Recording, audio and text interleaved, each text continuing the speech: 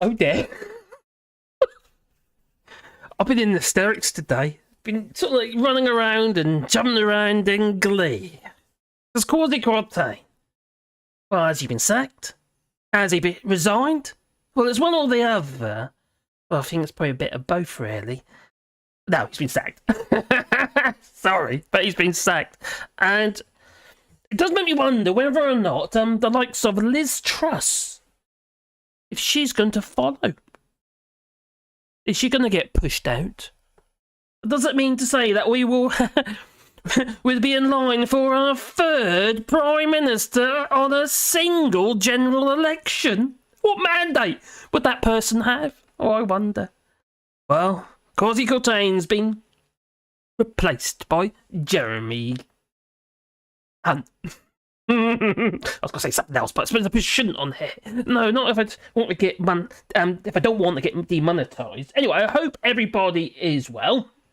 And I don't know if I got many people watching because it's a bit of a random one and it's an afternoon on a Friday. And I know you're all gearing up for a Max Rosebear's live stream tonight. But this has just been making me tick, and I made one video earlier today. I uploaded, said, "Oh, it looks like Kwasi Kwarteng's going to get the sack." And then just as it went live, Kwasi Kwarteng got the sack. Well, it came through in my feed. Oh god! So I went and done another video. So two videos in very close proximity to each other. Hello, MadMonk33 and Nicholas, and let's get this chat out so I can see what's going on. We've got a press conference from this trust coming on shortly. I better keep this running over here with the volume down so I can see when. Might be any minute. Okay, got that one over there running over there. Just in case you're wondering, I'll just show you what I mean. Oh, over there. There you go.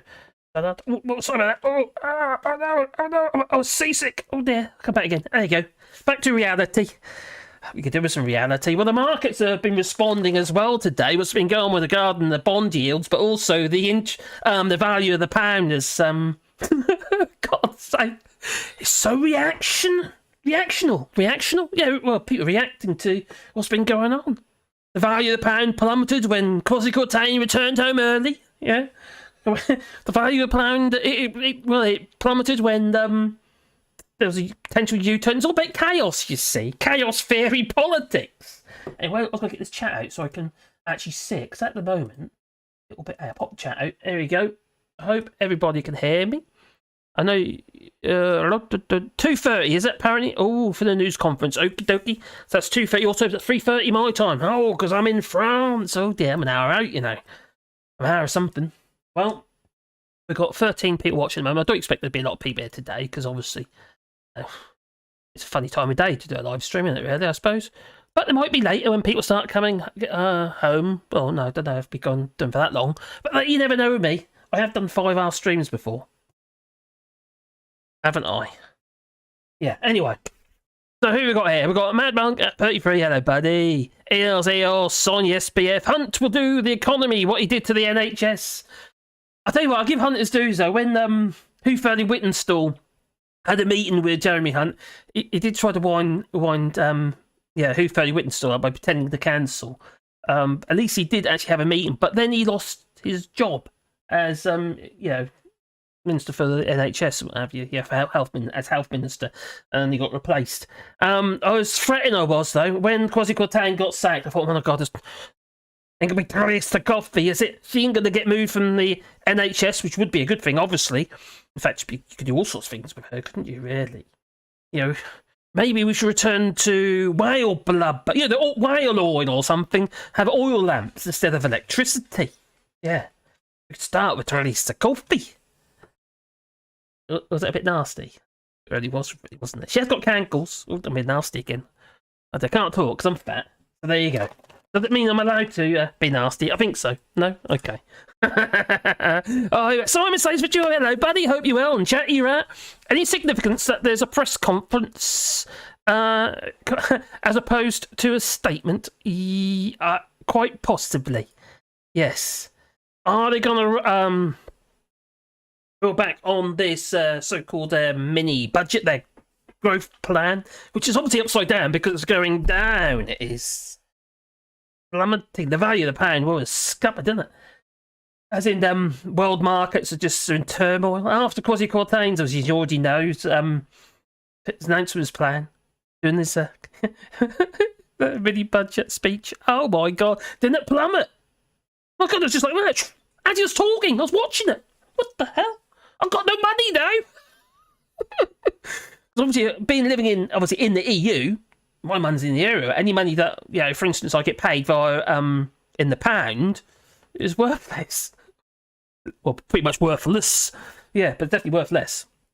And that dropped significantly. But it went down back, I think it's about 112 again now, which is still pretty poor, considering it lost around, what was it, about, well, it was 144 the day before, well, a few days before the Brexit vote, with a whole load of numpties put that across in the wrong box that they did. Well, to be fair, oh, by the way, I will be showing, before you run away, to watch the press conference, I will be putting press conference on here. But we got to watch the press conference. We've got to see the automaton. Yes, so she's stacking bricks. She'd make a fantastic brickies labourer and stack bricks and sixes. That's how you stack bricks, you see. Yeah. Yeah, it's on the old site that I was. Yeah. Not just woodwork, I'm a qualified bricklayer as well, believe it or not. Oh, blimey, crikey. And you have no skin on your fingers. Yeah, it's a lovely job. Yeah. Earn good money, though, I have to admit. Oh, hello, Charlotte. How's it in the United States? Hope you're well. I hope you're doing a bit of archery and baking cakes and stuff, as you do. Oh, dear. It was nice to have you back, because I know you were off for a while, weren't you, Charlotte? So, nice to have you back. I'm in a bit of a mess, because it's kind of it's all a bit of a last-minute kind of thing. Oh, no, I've got to go live, I'm pumped up for this now, I'm pumped up. And I do apologise, I haven't been doing my live shows on Sundays at the minute. I was planning to, but I've been so tired. I've been a bit down, really. So I didn't have the buzz in me. But I have to admit, today I feel a bit more buzzed up because what's going on. It's so funny. I'm sort of driven on a high, if you know what I mean. No, not druggy high, because I don't do anything like that. Apart from I'll have a drink, although I'm on diet at the moment. Not allowed to drink. I've got coffee instead. Yeah. Diet time. Oh dear. Yeah, but I need to. I'm getting too close to the tonnage.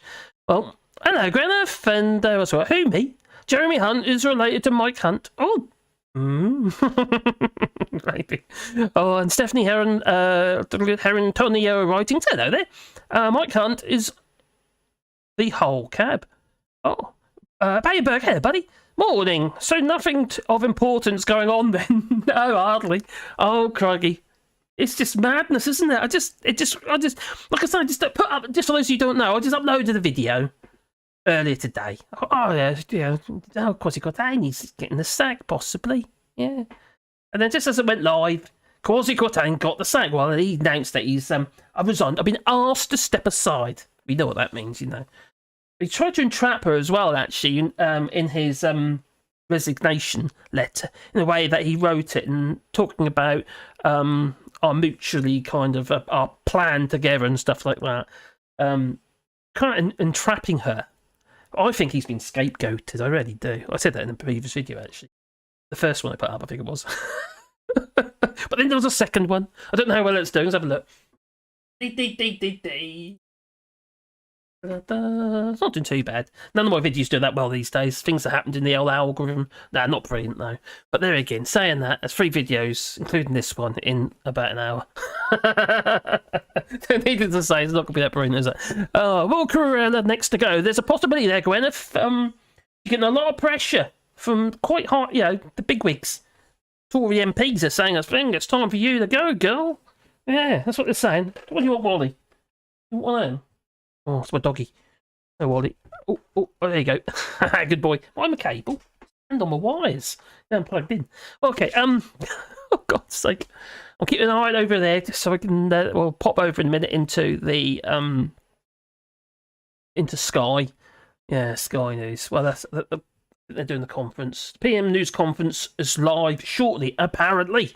So, Dizzy Lizzie threw them under the bus to save herself. What's it's not going to save her? Because in the other day, you heard her in the conference, maybe in the Conservative Party conference, there she was. Oh, me and Kwasi, we're like that, we are. Ooh. Ooh. Oh. I wonder what her best... Oh. I wonder what her favourite page is in the Kama Sutra. I bet it's that one. Maybe. Who knows? Hello, Luke. Stopping. Oh, people are... Oh, we get 33 people there. They're popping in there to say hello. Hello, everybody. I hope everybody's well. And it's a strange day. And this is a strange live show because it's a bit of a last-minute thing. I thought I'd just do it. Yeah, hence... Well, I put it live. Oh, I said I was going to go live about 10 minutes before I went live or something like that. And then, yeah, and now we're live. So, hello. I have to admit, this has put me in absolute hysterics today. It's just, we're going in. We're going in, we are. Go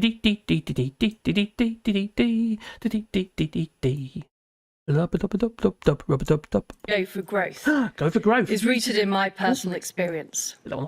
I know what it's like to grow up somewhere that isn't feeling the benefits of growth. Oh, poor Lizzie. I saw what that meant, and I'm not prepared to accept that for our country.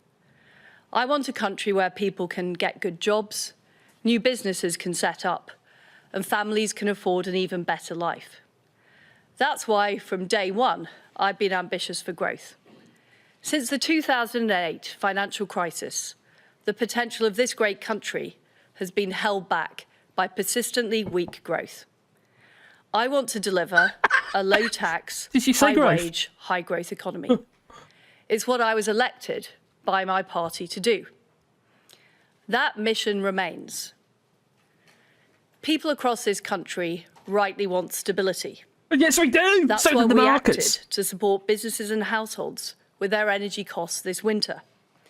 It's also the case that global economic conditions are worsening due to the continuation of Putin's appalling war in Ukraine. Oh, no, she said it! And on top of this, debt was amassed helping people through the COVID pandemic.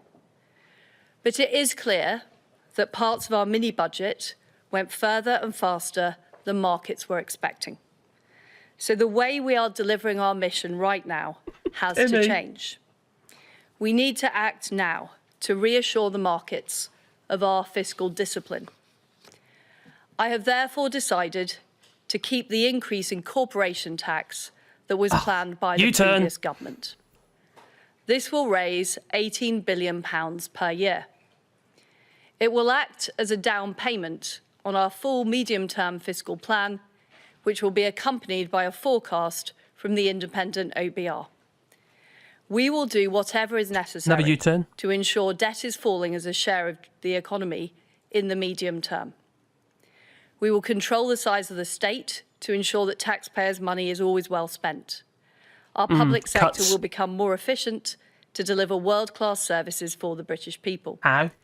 And spending will grow less rapidly than previously planned. Cuts. I met the former Chancellor earlier today. I was incredibly sorry to lose him. He is a great friend. Please don't cry, Lizzie. And he shares my vision to set this country on the path to growth.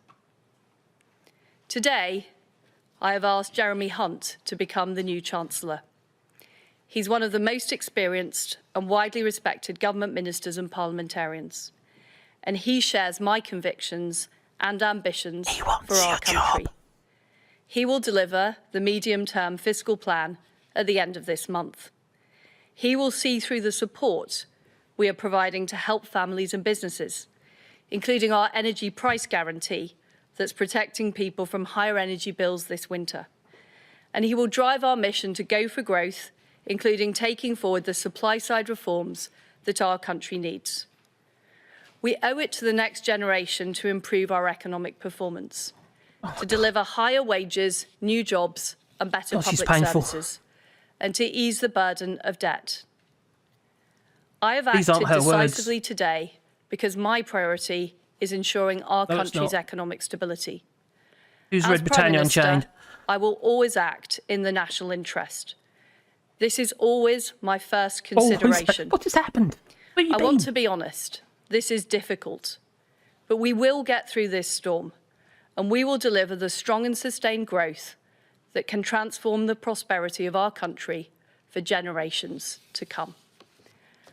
I'll now take questions. This Can will I be interesting. start with Ben Riley-Smith, Go Telegraph? for it, Ben. Thank you, Prime Minister. Clearly a difficult day. Can you explain to the public why you think you should remain as Prime Minister, given you jumped a key tax cut that led you to be elected and got rid of your Chancellor?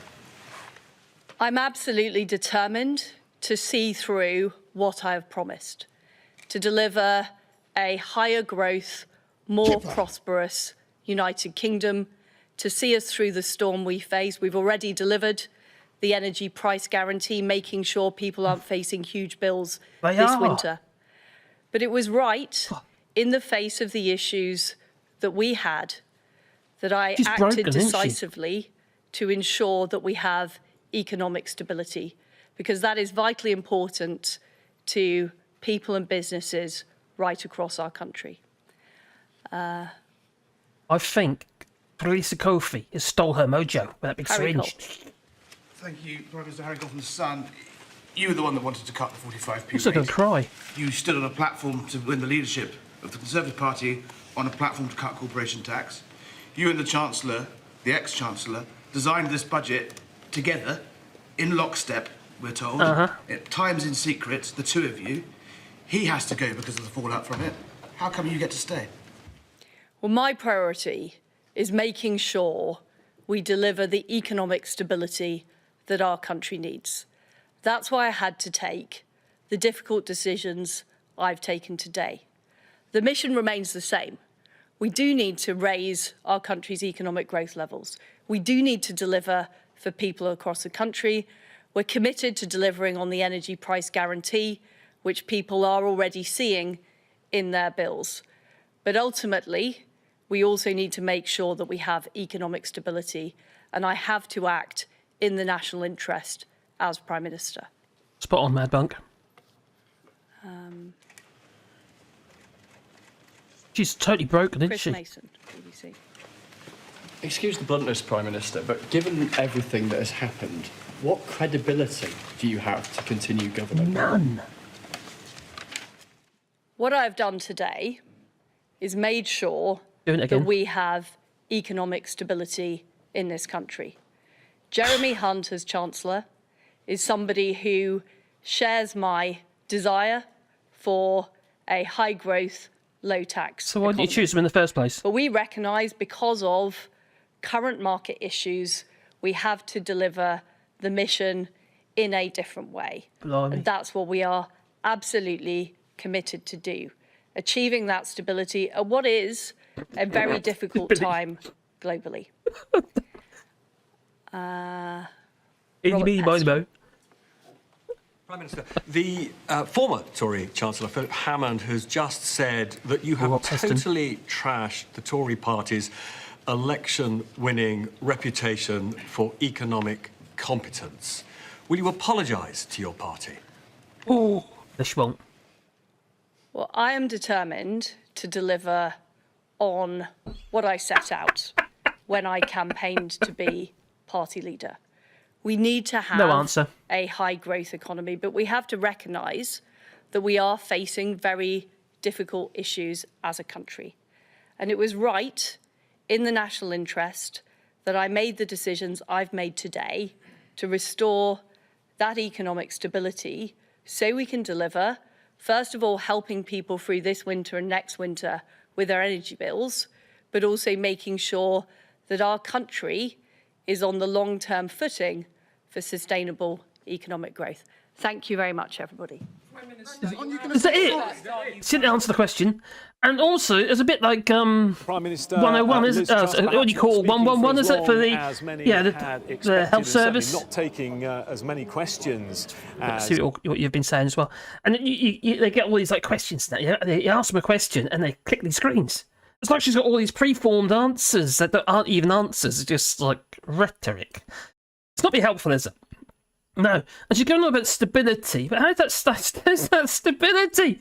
Look at the bond yields. Luckily today they've recovered a little bit better. But if you look at the U-turn here, it plummeted when the notes the U-turns. This is today, this is. Yeah? And then, again, IMF, when the part of the IMF is on Friday. So it's Thursday, Thursday, sorry. And then today, when he left early, Kwasi Kwarteng left early. All of a sudden, it plummeted. So, you know, this is how much we're paying for our money. Not as in money, as in borrowing, the UK borrowing. And then got the pound versus the dollar. This is today. And Kwasi Kwarteng. Bye-bye, Kwasi. Oh my God, what's happening to the pound? It's not clever, is it? No. Oh, dear. Well, let's get out there for a second. Let's have to check this chat. I imagine people have been saying things. Have you been saying things? Oh, I bet you have. Oh, dear. I don't know whether to laugh or cry, really. I have to admit, I have been laughing today, and I shouldn't be, because it's actually so serious. Why so serious? Yeah, so serious it is. Oh my God. And quite frankly, it's complete and utter. That is a disgrace. Yes, it is, Lizzie. And yes, Christopher, it's a W turn. It's like, yeah, like a U-turn, W-turn. Yeah, W-turn. A W-turn. Ah, well done. Yeah, I like that. That's cool.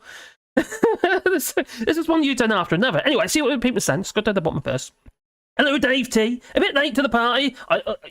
I forgive you, because it's a bit of, how to put it, a bit of a last-minute jobby, isn't it? I just kind of decided, I'm going to go live. This is just ridiculous. I just can't believe it. I've been following it, like, you know, quite closely today. So I thought, oh, hang on. I'll go live. So I did. And here we are. Right, so Kevin, hello, that's a relief, Johnny. Oh, Johnny, what did Johnny say? Johnny, hello, Johnny. Johnny K, on the upside, she found the door. So yes, she did. And luckily, they didn't all faint and pass out as well. Oh, God, Ronnie, you're very needy at the moment. He keeps wanting treats. Yeah, boy. Yeah. You've got to say hello. Say hello. There you go. Oh, dear. And Sam Sampson. Hello, Sam. And Vincent Brennan. And, oh, that was quick. Yes, it was extremely quick. She looked, I think she's been in tears. She looks a mess. She just knows she's obviously getting a huge amount of flack, isn't she? From obviously the backbenchers, but also, you know, the big guys. Yeah, Tory MPs. Those with the power. Those who can get rid of her. Those probably in the ERG, maybe. Oh dear. And probably something to do with the think tank IEA as well, isn't it? Yeah, who are they funded by? Putin, probably. Oh, she went on about Vladimir Putin again, didn't she? Oh my God. Yes. It's causing massive problems, but we're all suffering that problem. The UK's got one great big massive problem on top of that massive problem, and that's called the UK government. And their mini budget. That was always going to be a disaster. That just couldn't work. When you rock the boat, people fall off, don't they? And that was one hell of a boat they rocked. Just stumbled across this. So, good afternoon to you too, Batnell. And she'll be gone before Christmas. I wouldn't be a bit surprised. I think she's on her way out. But if she is, I would say it's likely to be a general election. And that's it. That's Tories done for. There's no way they can recover it. Not in that time, anyway. I won't be surprised. Early next year, there's going to be a general election. I won't be a bit surprised. Or at least by spring. I don't know. Maybe. They can't replace her again, can they? About a general election? What mandate have they got? Not be funny, but look, the policies that this Truss is trying to push through at the moment anyway, they're not mandated anyway, are they? The people! What about the people who voted? What about all those little Brexity numpties who put the cross back in the wrong box back in 2016? Yeah. Didn't they vote for the Tories on the basis of their Brexit? They've already got their Brexit. No. Oh my God. I've got another video going live. I was going to put it on today. I might still put it on today. While all this has been going on, something's been happening in the EU. Oh, should I tell you? Oh, I don't know. I hope you'll still watch my video if I do. Anyway, what's been going on is that a load of MEPs, you know, Nigel Farage, you know, he used to be an MEP. Well, a load of MEPs, they voted, they have. I think like 65 of them voted. Yeah, pretty much unanimous, apart from 5 or 6 that abstained. To, well, they voted to pass a law so they can sanction the UK for failures of complying with the Trade and Cooperation Agreement. That's going to help, isn't it? Yeah.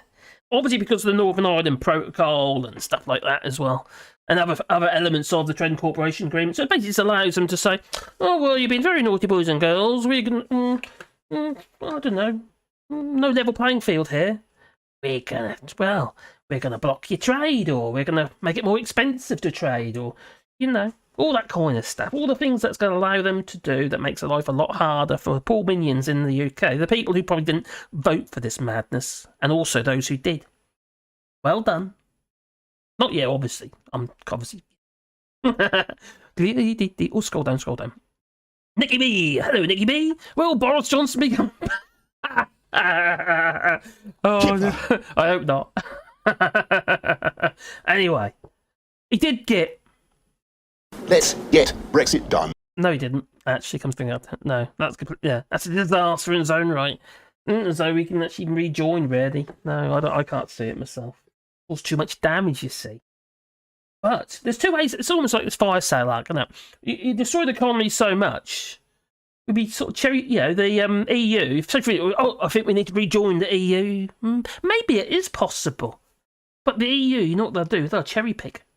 They'll say, well, you're going to have to do this, that, and that. Oh, definitely. Well, you're not having the pound. You need to, get the euro. Yeah. Oh, yeah, and and we want to see kilometres on your roads or something like that. I don't know.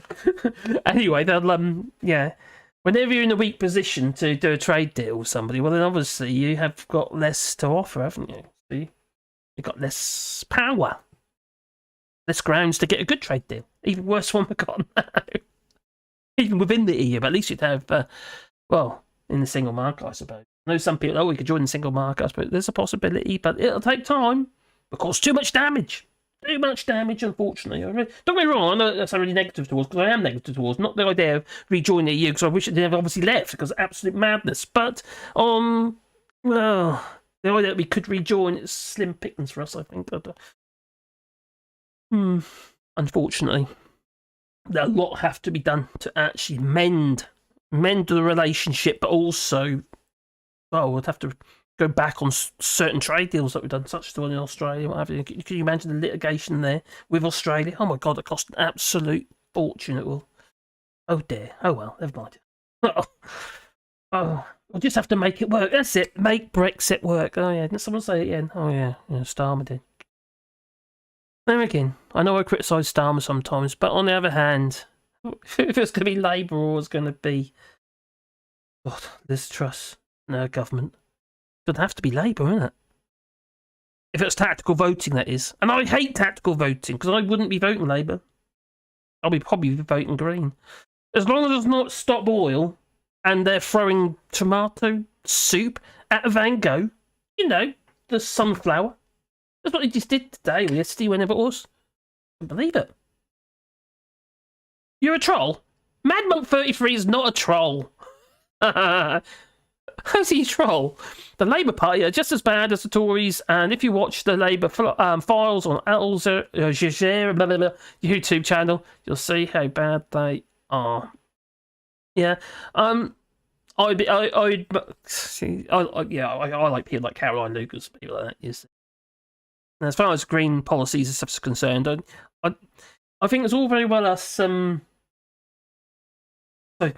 Green Party, some of the Green Party MPs are a little bit too tree huggy for me. Practical green policies. Actually, we need proportional representation, and then there'll be no tactical voting. No need, would there? Everyone gets a say, even Nigel Farage. Could be fun.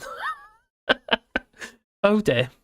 Apparently, it's all Labour's fault. It's all Labour's fault. Oh dear. No, of course. I didn't even mind Jeremy Corbyn really to that extent. I think, lots of things were drawn out of proportion. And look what we've got instead.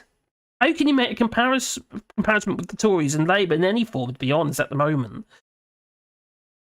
They wouldn't have trashed the comedy like we've got now. Definitely not.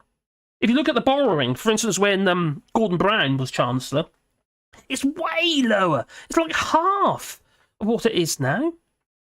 Well, maybe not half, but it's a lot lower. And they're up and up and up and up and up. To be fair to Osborne, he did manage to actually stabilise that a little bit. They're going to be an austerity. And then what we have at the end of that, we had no investment. Yeah. People's wage, pay got not just cut, but got frozen and still hasn't sort of recovered, does it? Hello, Casper. He says, hello, everybody. Hello to you there, buddy. The fact remains that the UK could only afford to have a Tory government as a member of the... Can only afford to have a Tory government as a member of the EU. Outside, Tories are not surviving. I think they're done for. I really think they're done for. I don't think they can recover from this. This is just...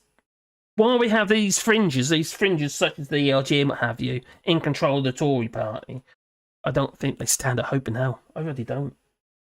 Who's going to vote for them now? Even Tories are saying no. Look at that. At times I keep hearing the Tories are saying, Tory voters, go vote for Keir Starmer or, Liberal Democrats or something like that. Or even Greens. Just, how can they? No, you can't condone this. It's just madness. Complete and utter madness. Oh. So it's been quite interesting anyway. I've been following the live feed from The Guardian. Pork markets! Oh, let's have a bit of pork markets. Okay then. We can do your pork markets. In December, I'll be in Beijing, opening up new pork markets. There you go, Smith. Oh dear. But it's not up to us, no. It was the UK government under Theresa May who took the country out. She didn't... Well, remember she was a Remainer. Theresa May, she just wanted to keep a job, didn't she? Just like Liz Truss, really, because she was also a Remainer, also a Liberal Democrat at one point. Also, she wanted to get rid of the monarchy. Oh my God, who saw the King? The King... Oh, yeah. There's Liz Truss come for a weekly meeting with the King Charles. And he says... She's doing that weird curtsy thing, which is more like a headbutt or a squat or something. Everything bar a curtsy. Anyway, he goes up to her, but shake her. Oh, yeah, again. Oh dear, oh dear. Oh dear, oh dear, oh dear. Oh, bugger. Pretty much. He really does not like her. Oh, he's... Yeah, but can you blame him? He takes one look at her and he says, "You're destroying my country." Well, it's our country, really, isn't it, to be... Even though I scarped to France. So, I don't watch Freeview. I mainly watch YouTube. Oh, well, I do watch Freeview. Actually, Mrs. watch Freeview occasionally. I don't really, because I'm always on here. Yeah, either on this machine here or on that one over. Oh, where's it go? It's facing the wrong way. That one over there. That one. Oh, don't let the mess. I know there's a big mess. Yeah, so it's where are we? Hello, ooh, in Hamburg. It's a disgrace. I've already done that one. That is a disgrace. Oh, and Katrina Bryce says the oh, crikey, it's gone down again, has it? 111.91. That was 112 earlier when I was looking. Let's have a look. It's been updated. So the pound to the dollar.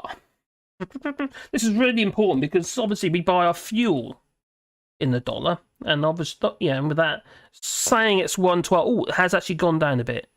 It did. Yesterday it was at 113, and now it's 112. Rounded up was obviously not to the nearest point. What's it? So can we get a more accurate one?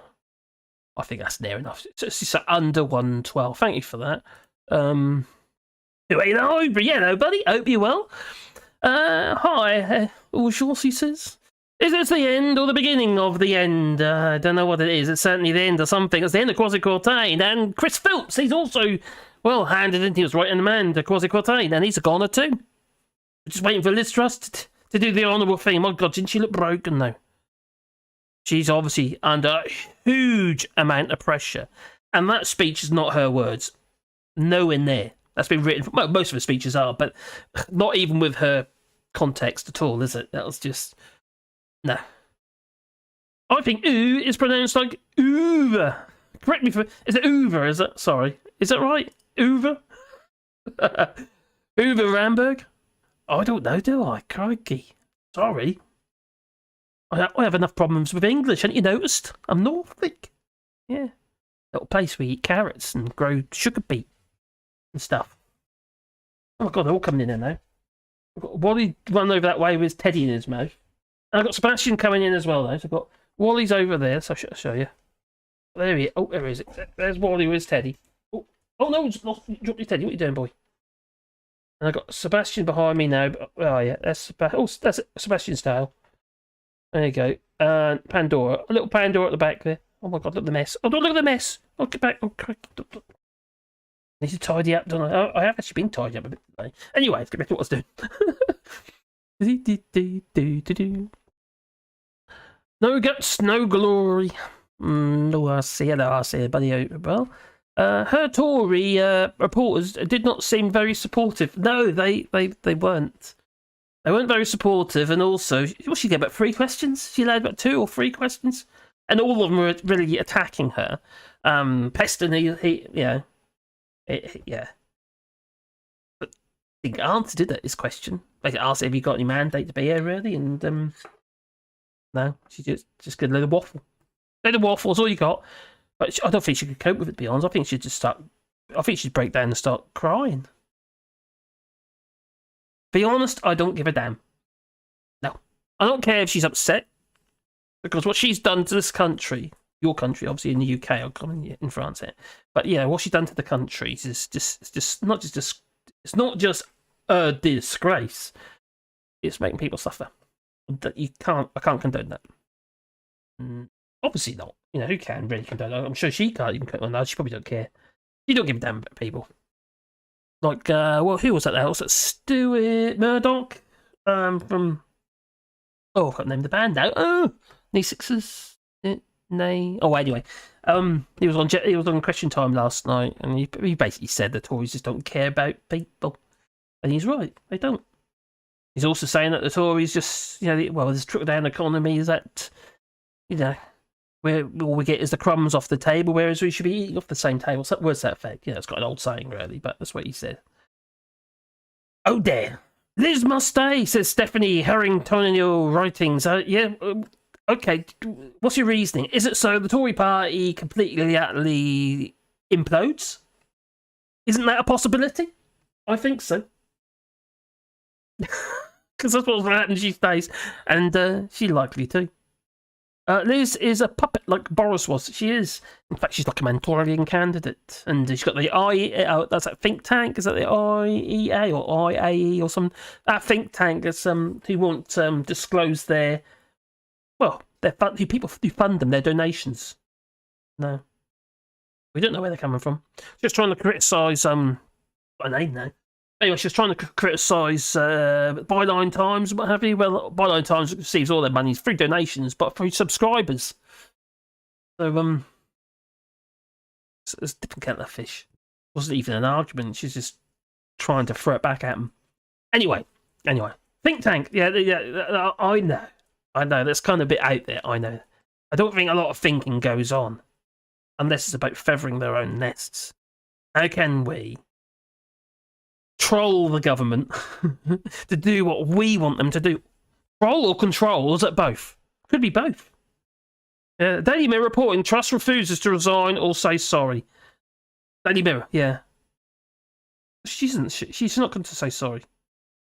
Has anyone heard her say sorry? The only person I've heard say sorry in any context, really, even then it wasn't sincere, was it Nazim Zahawi the other day? When he got pressured? Are you going to say sorry? Eventually he did. But it wasn't real. No. It was a like that. Apparently Truss has just announced that she's reversed her decision to cut the corporation tax. Yes, she has. That was in her little speech. Yeah. There's going to be a lot more reversals of to come because the pressure is going to be too high. And if she wants to keep her job, well, actually, to be fair, I don't think she can keep her job. Even that, but the Tories, they're sort of between a rock and a hard place. They get rid of her, and they have a general election, and then that's the end of the Tory party. And they've got no chance of obviously recovering at all at that point. I don't think they have anyway now. Or they replace her. So if they replace her, they have to have a general election, aren't they? Or keep hold of her and just hang on for the next couple of years. Until 2024. Can they recover from this? I don't think they can. Because the damage has been caused. The effect of what they've done is it's going to be here for a good long while. Damage is massive. The amount of borrowing that we've had to do because of what they've done, and also the fact that the Bank of England's had to spend, well, God knows how much spent now, but that was 65 billion. They did say they're going to have to do another 100-odd billion at least by Christmas. Apparently that's going to be stopping today. But they've gone a bit quiet in the Bank of England at the moment, unless they've said something since I've been online. But they're not saying one way or the other yet. But they did say that they're going to stop the bond buying today. So yeah, it's crikey. They can't keep printing money because obviously the inflation. Quantitative easing, isn't it? You know, it's just going to push up inflation.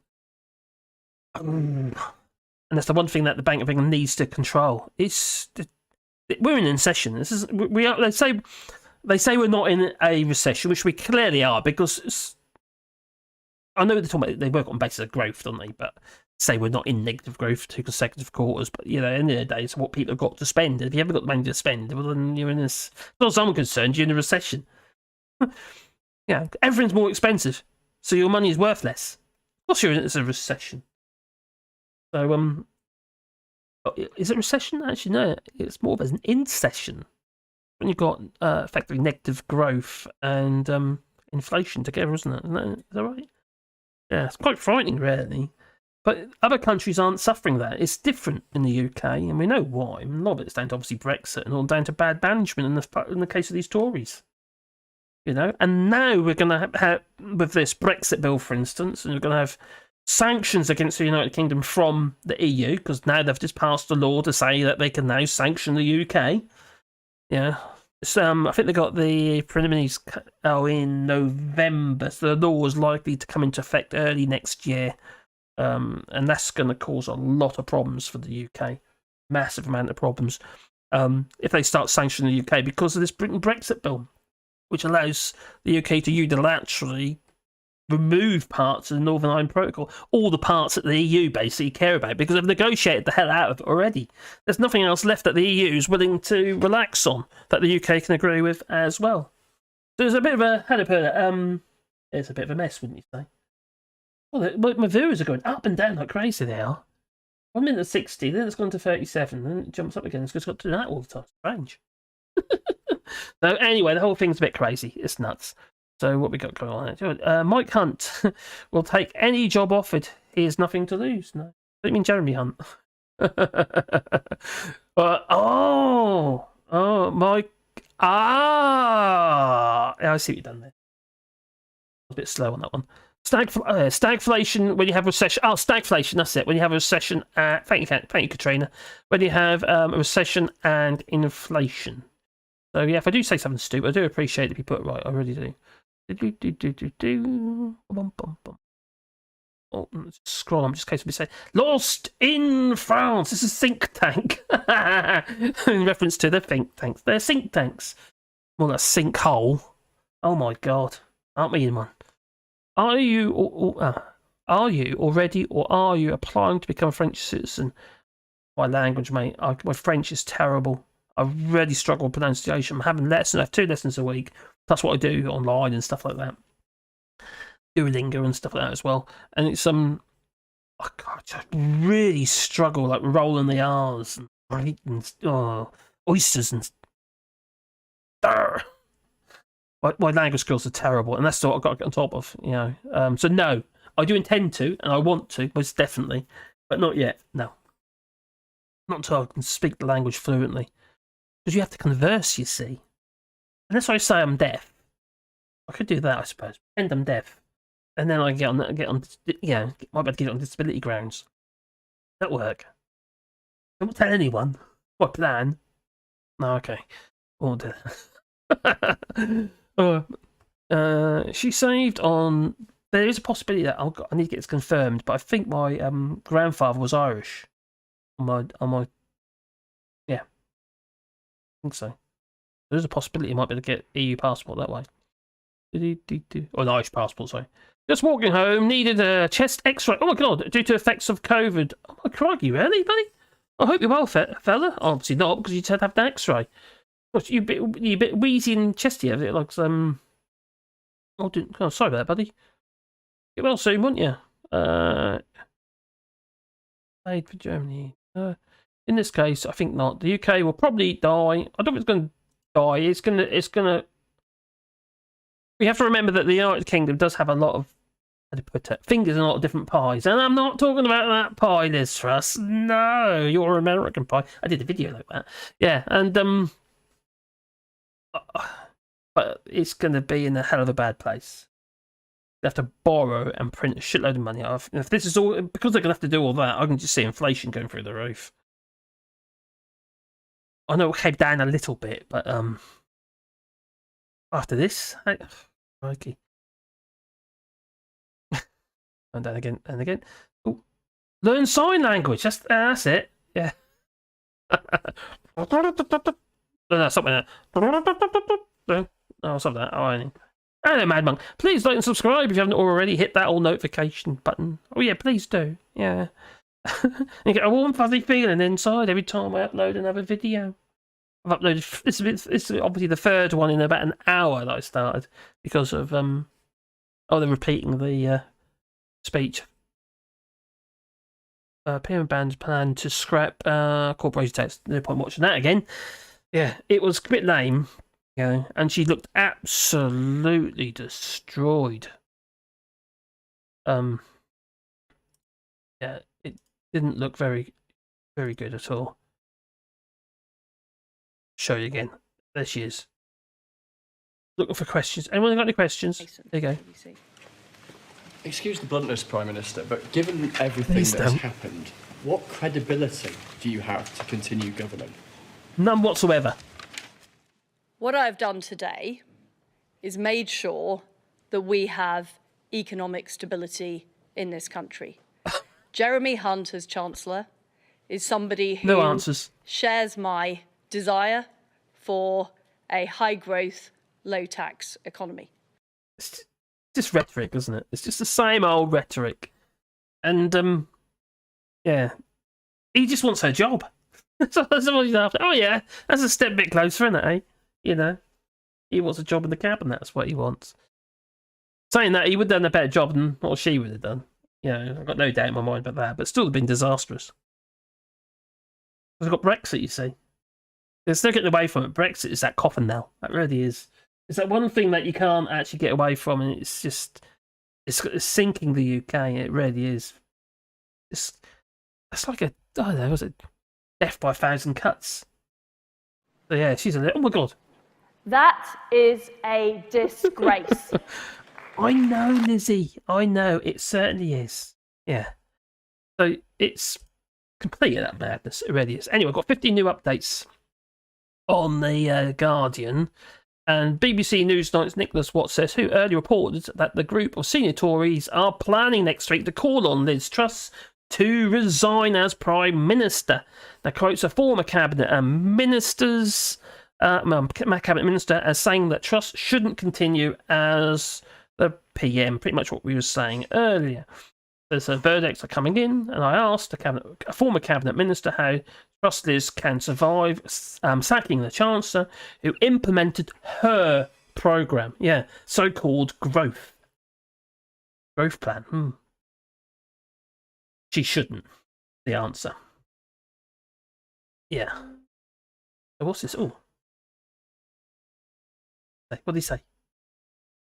2:00 on a well, it's just coming up to 2:00 on a pretty febrile day here at Westminster, and we're waiting to hear from the Prime Minister at her press conference. We just did. Where she is no doubt going to have to explain why she sacked her probably now former friend, but she didn't. Kwasi Kwarteng. He didn't explain anything. And it looks like there could be trouble, big trouble, for the Prime Minister on that front.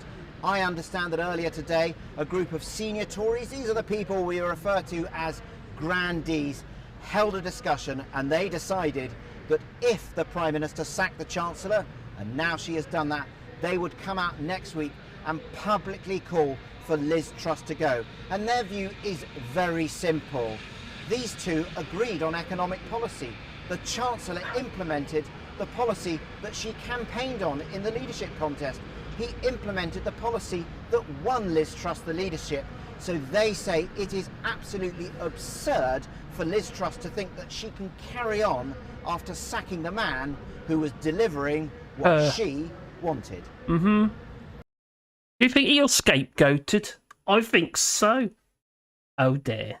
Oh well, never mind. So the Labour leader, Keir Starmer, says that Kwasi Kwarteng doesn't undo the damage made in Downing Street. No, it doesn't. She's still there. So Liz Truss's reckless approach has crashed the economy, caused mortgages, don't forget the mortgages, to skyrocket.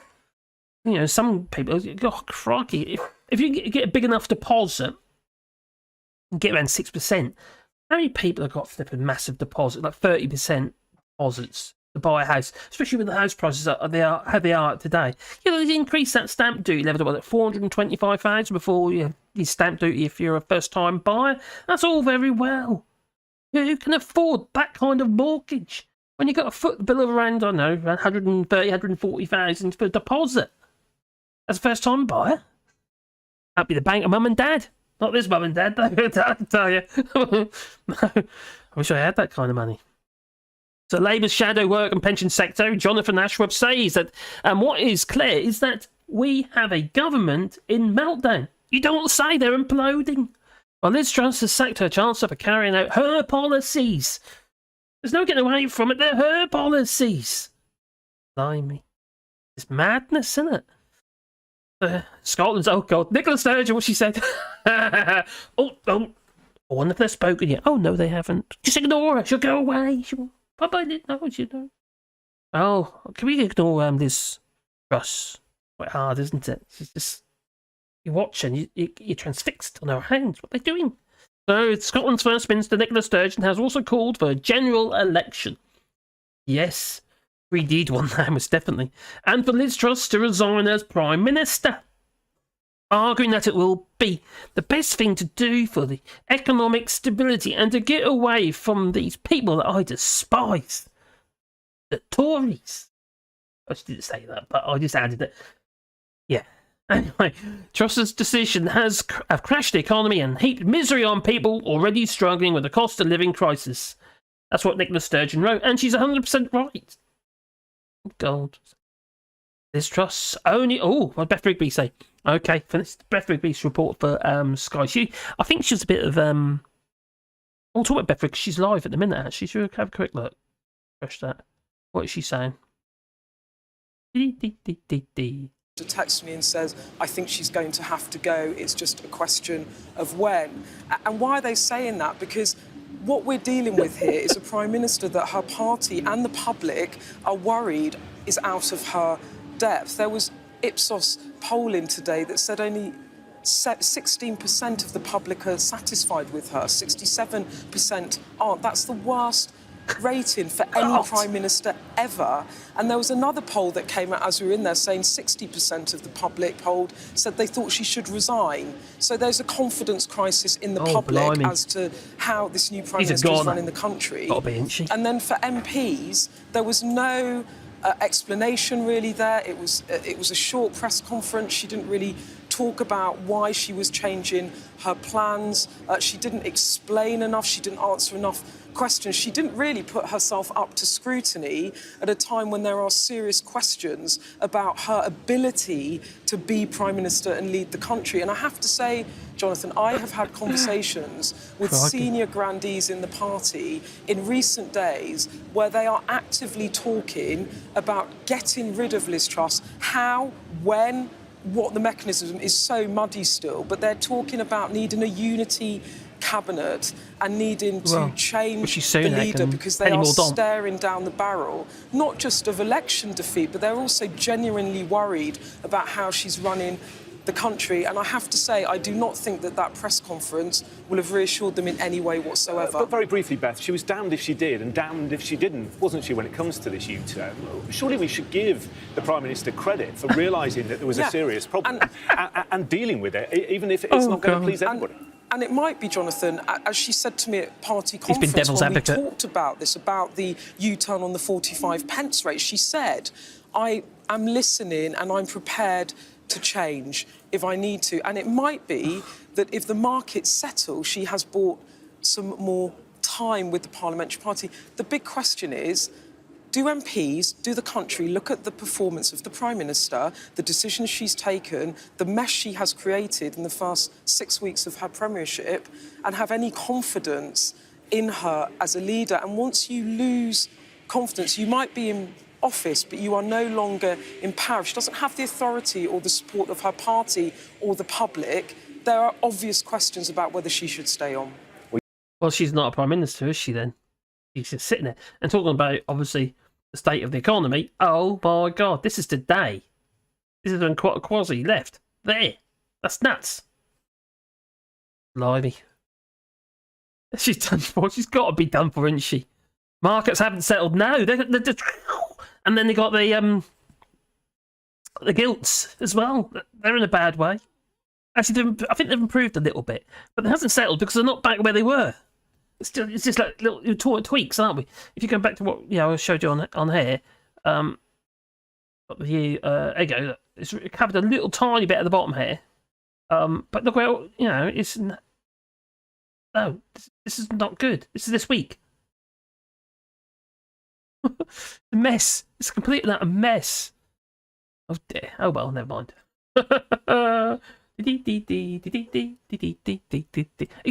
You can probably tell I'm having a bit high at the moment because it's kind of nuts, isn't it? Not that kind of high, no, that sort of thing. I'm in agreement with you there. I wish it wasn't like this exactly. But we still put everything into trying to change as soon as possible, even if there might be, if not be able to salvage the union. That's replying to RC. What does RC say? Oh, where are you, RC? Realistic, yes, but my point is we don't have long left. No.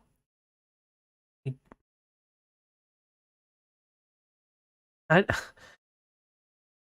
all those things that supported the economy and supported the country as a whole, not just the money side of things, but also infrastructure, health service, for instance.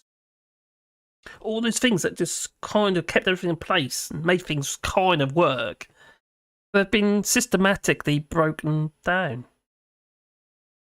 Well, the plan all along, it seems that they want to destroy the health service. Yeah, who else would put Teresa Comfy in charge of the health service? That's just an oxymoron. It makes no sense whatsoever.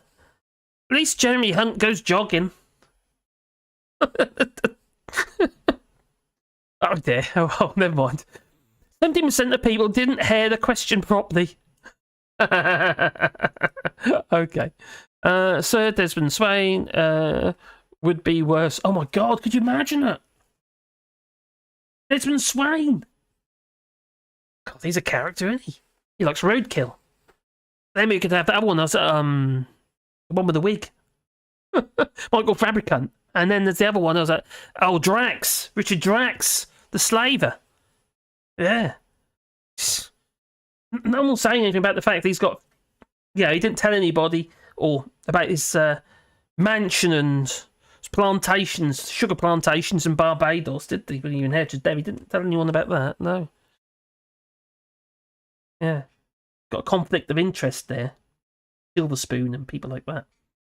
Silver Spoon or what's that? No, Tate Law. Yeah, Silver Spoon's UK, wasn't it? Out of her depth in the morning dew is what I like to say, says Johnny. Hello, Vincent Brennan. Oh, message retracted. There. Scroll down. The party of ghouls, says Chris Silver. The whole government's got ghouls. There's too many of them to... Look at the people got in the... Lee Anderson.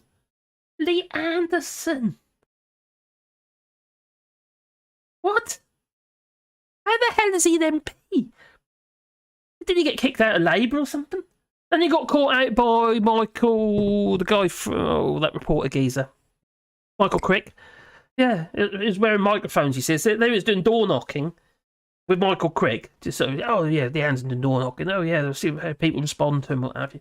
And he ended up knocking on this geezer's door, who ended up being somebody that, well, he primed them. It's like he was a plant. The Anson didn't realise he had the microphone switched on, and there he was on the phone to the geezer. Oh, they're about to knock on your door. You know what to say? Why, how the hell is he still an MP?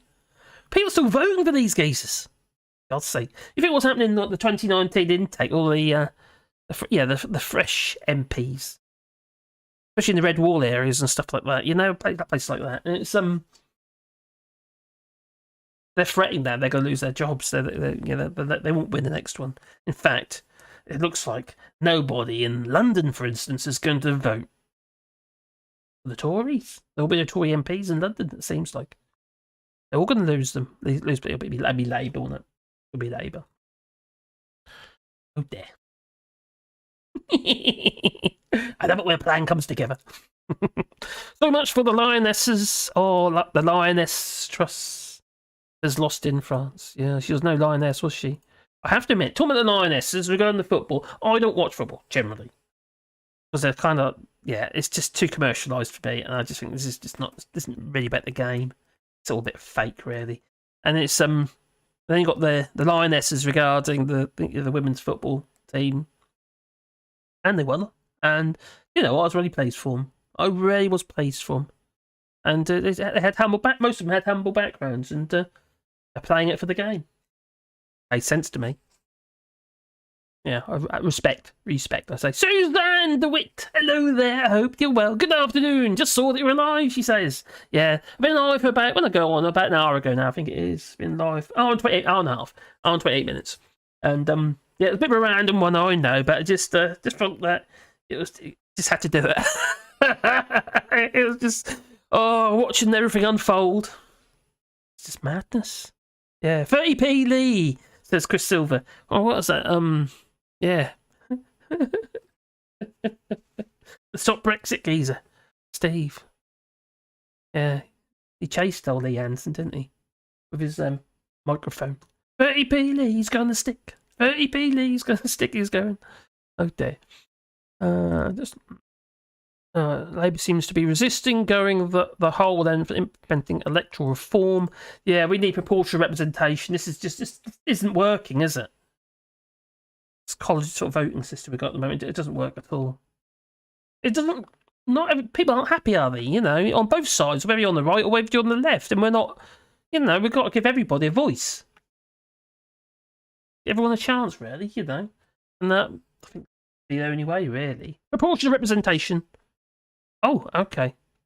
Then there was the guy who blocked the law to ban upskirting. What was his name? That old geezer, wasn't he? He was perv, wasn't he? He must have been. What happened to the other perv who's had all that porn on his computer? Yeah. Lovely people, aren't they, these Tories? It was random kind of check on the computer, and he had a load of old thumbnails and stuff on his computer. Yeah. Make you wonder, doesn't it? What they're all about, really. Strange. Truss isn't actually worse than Boris. She doesn't have the sense to dismantle the country from behind the scenes. I actually think she's dangerous, Truss is. She's dangerous. And I believe she's like a Mantorian candidate in the sense that it's all these so-called think tanks that are controlling her, pretty much. Puppet. Yeah. Which makes her worse in some ways because there's no, while she's in office, word I'm looking for. I'll come to me in a minute. 30-year bond is starting to climb since since she spoke. Oh God, they're no longer funny. But yeah, it started 30-year bond. I can show you that here actually. On here, if you look here, there's a 30-year bond yield here. So as you see, since 12:30, it started increasing. That's right. And I haven't seen it since. While you speak, obviously been doing this. Oh my God, John Redwood is speaking. I think that might be a must.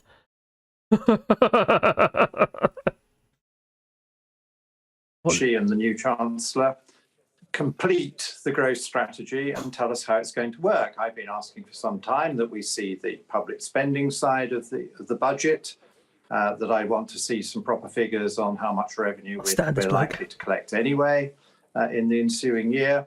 And I, above all, want to see all those special measures to get particular sectors moving, to increase our capacity to make our own goods, to deliver more of our own energy, to grow more of our own food, because a growth strategy has to be a set of detailed changes and interventions and supports to restore lost capacity and to create those better paid jobs. So they have a lot of work to do. And it was a pity they launched the tax part of the package without the spending part and without the forecast. The sooner they get that information available, the better, because I want the party to concentrate on making the economy better and looking after the people we represent, rather than a perpetual election machine within the party itself. A perpetual election machine. 2 huge U-turns now by a Prime Minister who's only been in the job for a few weeks. It looks awful, doesn't it, for the electorate? It looks awful for the Tory party. And there was no mea culpa in that speech. In fact, she blamed the markets who couldn't keep up.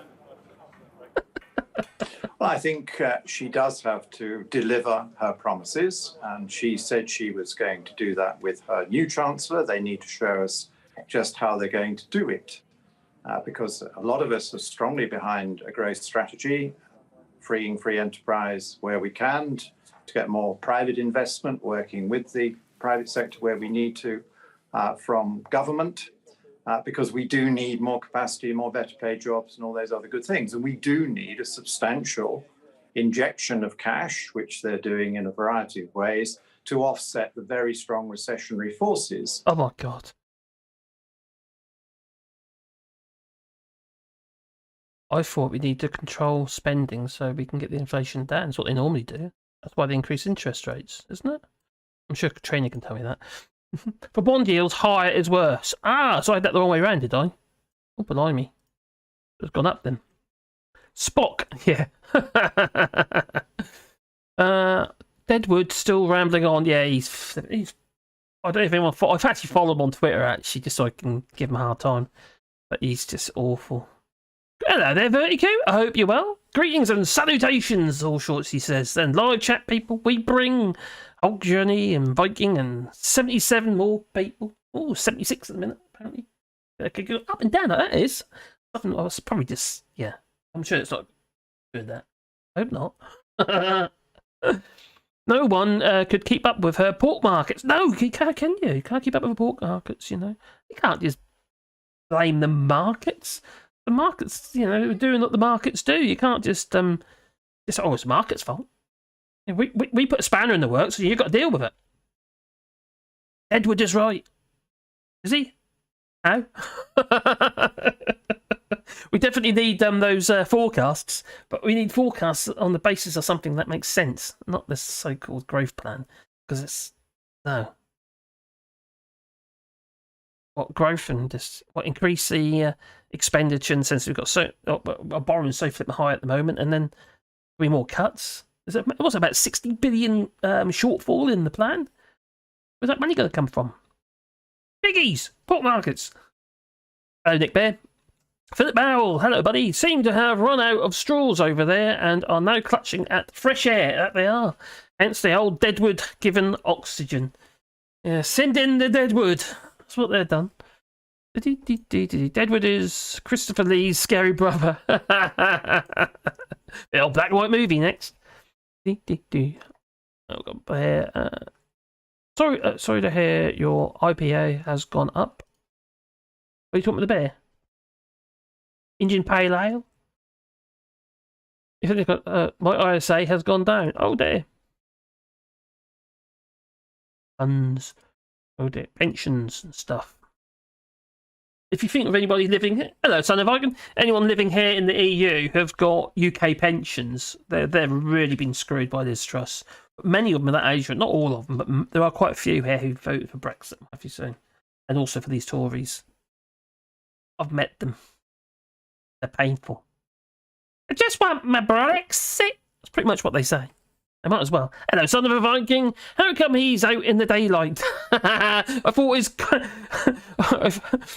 coffin was, he was coffin time for this type. Oh, should be, shouldn't he? He should be tucked out of the way. Yeah, with some in the soil, in the box. Edward still rambling on. I need to learn more about economics. So do I. I'm learning all the time, to be honest. I never really was that interested, but since what's been going on, well, the last few years actually, I've been more and more interested about it. Still a lot to learn. I don't think you ever stop learning, to be honest, anyway. At least Quasimodo has been utterly discredited publicly, yes. So, well, he has, unless you're into disaster capitalism. Look, I'm sure Chris Benodi is very pleased with him. Yeah. 145% increase in his fund. Yeah. Great, isn't it? The backs of everybody else who's suffering at the moment. It's also like you keep going on about, it's still doing it regarding the £2,500 cap. If, for instance, you are somebody who, in a flat, for instance, and your energy bill's usually quite low, maybe you're a student and already struggling because you're renting an apartment somewhere, but your energy bills were very low. Well, from having relatively, maybe your energy bills were only about 6, 7, maybe 800 a year, and now they can now jump to 2,500. So where's the help for them? No help. No, because their bill might be £2,500 anyway. The cost of energy. So they've lost nothing, and they haven't won anything, have they? Oh, who was that? What was that? I heard a ping. A subscriber. Oh.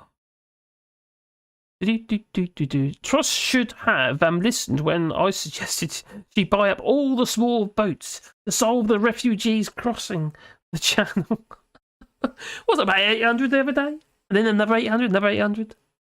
Get more jobs. Plenty of them, apparently. Nobody can call the English politics boring. No, that's not boring. It's like a pantomime. Yeah, it's definitely a circus.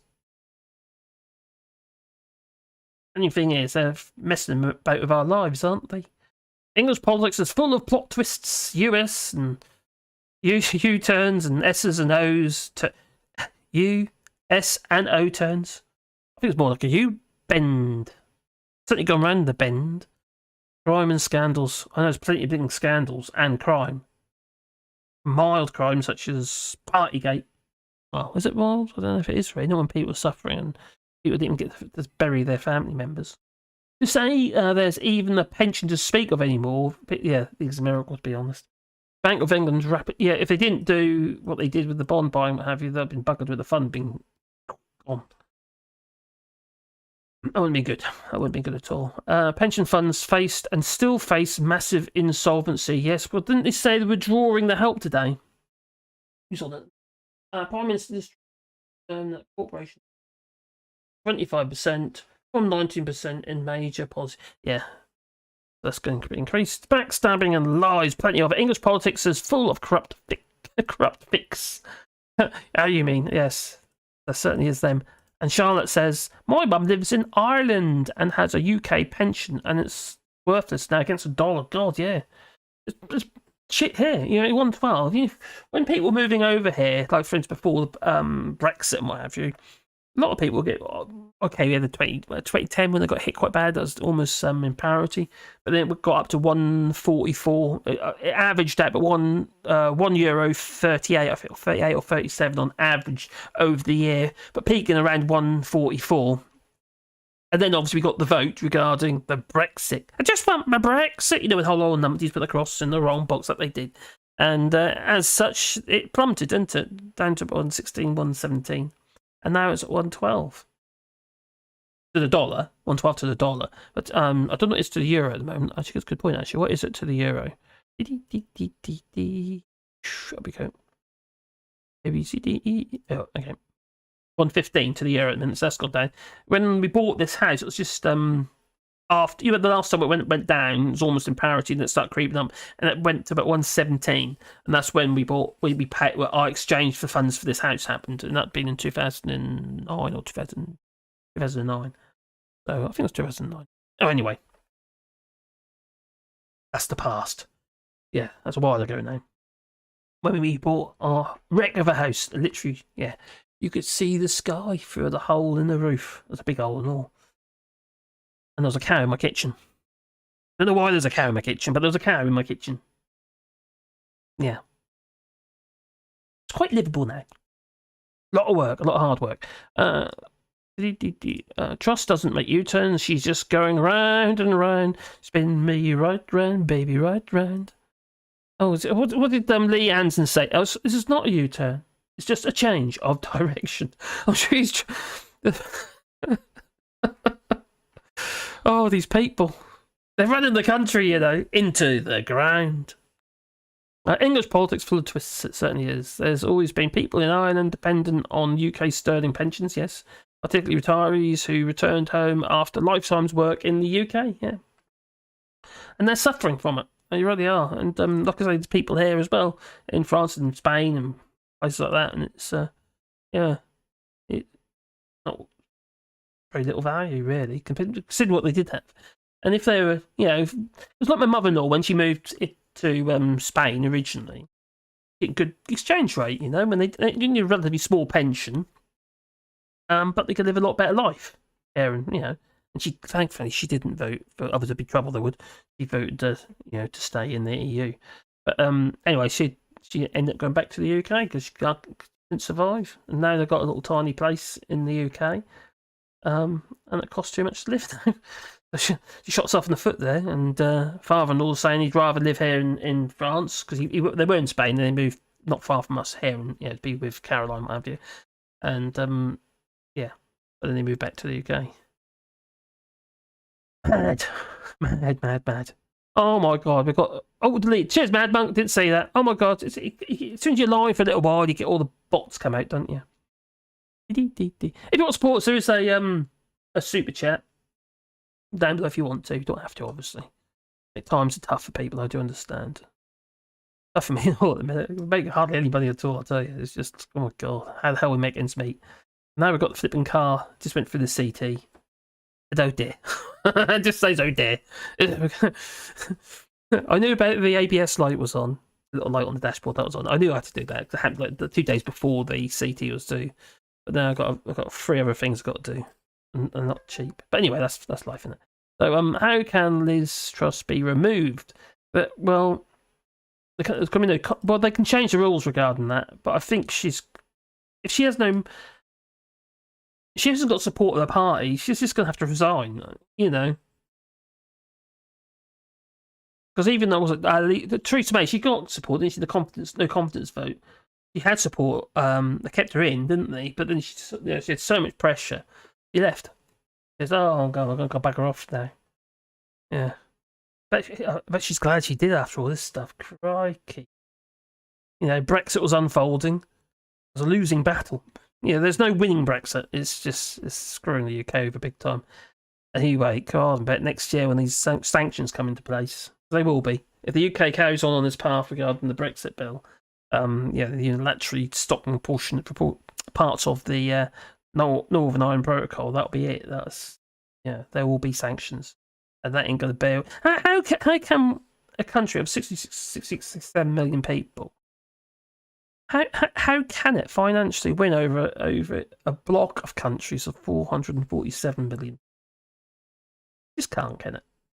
You know, the GDP is about 16, 17 million for the EU. I think I can't remember if that's dollars or euros actually. And what's the UK, about 3? Or was? Probably now. Oh dear. Sorry, Mark, may still have a chance to be PM. Don't say that. No.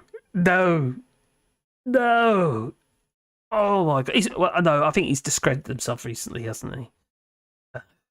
Things he's been saying recently, obvious rubbish. Obvious rubbish.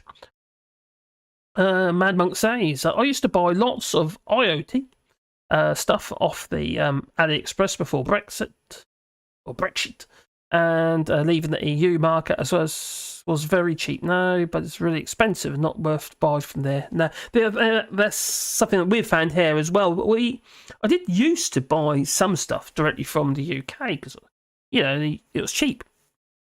The exchange rate and everything else now, and or the fact that they're likely to get asked to pay a fee at the gate because it happened to us already, and you know, because of Brexit, yes, it's not worth the hassle. No. There's a few websites out there. For instance, if we were to buy from Sports Direct, for instance, something like that, I haven't done it yet. It's all set up, so it's all added already. But still, it's more expensive. Everything's more expensive. Something you probably know it's been put through our t-shirts online regarding, I'm using Teespring, and their prices are too high. They really are too high. So the t-shirts, I've been trying, obviously because it supports the channel and what have you, what the revenue we get from that, which isn't a lot, charging way too much. So what I'm doing at the moment, in the process of doing the allshorts.eu website, trying to incorporate the shop within that, so we can use Printful, which is about half the price. They're a lot cheaper regarding merchandising for the channel. We're doing the like mug designs and stuff like that as well, so it's a lot cheaper, considerably cheaper. It's ridiculous. I don't know how they can warrant the prices. If you're buying it from the US, Charlotte, there's a lot. Teespring isn't too bad. Well, it is bad, I think, still. But if you're in the EU, I don't know about the UK, but if you're in the EU, it's a bit pricey. So scroll down. Jacob Rim's dogs. What? Jacob Rim's dogs wants to have his nanny's jam every day. What he does do. He's got his wet nurse, don't you? There he is. That's what he's doing. Ooh. Imagine it. Oh, shocking. Oh, I can't believe I just did that. Oh, I did though, didn't I? Hello, Ellie. Amazing. One goes to work and misses all the interesting stuff. I know, it's all been happening. Really has. And I don't think, Ellie, Liz Truss is going to be there much longer. I don't. She's got their mandate now, is she really? No, she hasn't got a mandate from her own Britain, let's say, but the grandees and all that. They want her gone now. There's been talk about a replacement with Richie Sunak or Penny Mordaunt or... Yeah. Can't do that. You can't have... if you get to... I just can't see how you can install a third Prime Minister under the same general election. You can't do that. Really? I know you could. Technically you could. That wouldn't be normal, would it? He wants his bitty. Bitty. Oh, Little Britain. I love that. Bitty. Oh, okay then. That's such a brilliant scene. They're so politically wrong. No wonder it got axed. It's a bit like John Cleese. Oh my God, he's joining GB News. Or has joined GB News. I don't know. Has he done any shows yet? Don't know. Crikey, disaster. Howdy, VK. It was VK. About you. Oh. Verticu says we can't handle another Tory leadership contest. Don't worry, there's shit everywhere. In our rivers and our seas. No one's doing anything about that. Although Liz Truss did say in her speech about all this, didn't she? Nothing was happening though. Oh, Ed Davies is saying something on Liberal Democrats. Should we go to Ed Davies? That's our quick peek. See what Ed Davies is saying. Oh dear. Such a mess, isn't it? Such a mess we find ourselves in. Everybody, but she's accepted that something needs to be done. Not at all. Look, she has trashed the British economy. Mm-hmm. She's put hundreds of pounds on people's mortgages, mm-hmm. and she's humiliated the Conservative government in the eyes of the world. People are angry. They're fed up, and they're worried about the future. And above all, they're furious with the Conservative Party. That's why it's time they had their say. The people had their say. That's why it is time for a general election. Good news about the corporation tax, though. The U-turn on that. It's going to bring in £18 billion, which the country needs. Well, Liberal Democrats opposed the Liz Truss plan to cut it in the first place. We also think there should be a windfall tax on the oil and gas company profits. We should not just the solar panels. Give the banks the cut with the reduction in the levy. That would enable us to have a lot more money to help people and businesses and have a more fiscally sound budget, which would take the pressure off mortgage rates. We've got to help people struggling with their mortgages at the moment, and we've got to help people with their energy bills, and you've got to find the money for that. And so Liberal Democrats have got a lot of positive proposals there, and it's been the failure of the Conservative government and their MPs to go in completely opposite direction that's led to the pain that so many homeowners and businesses are feeling.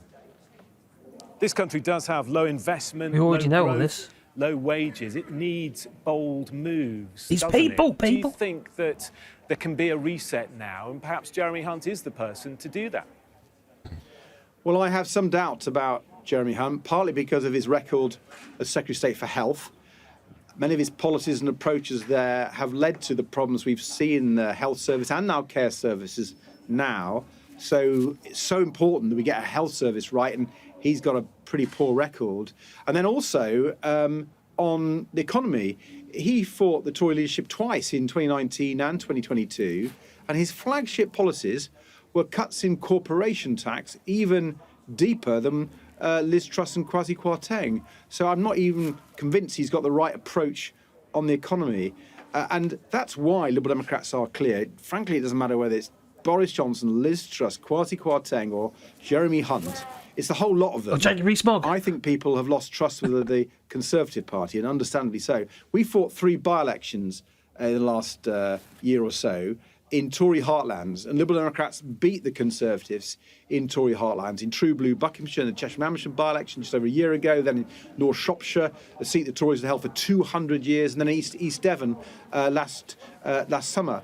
And, you know, when we knocked on doors and spoke to lifelong Conservatives, they said the Conservative Party was taking them for granted. The Conservative Party either didn't get it or didn't care and was out of touch. So that's why we are clear the Conservatives have got to be got rid of, and we need a general election to let the people do that.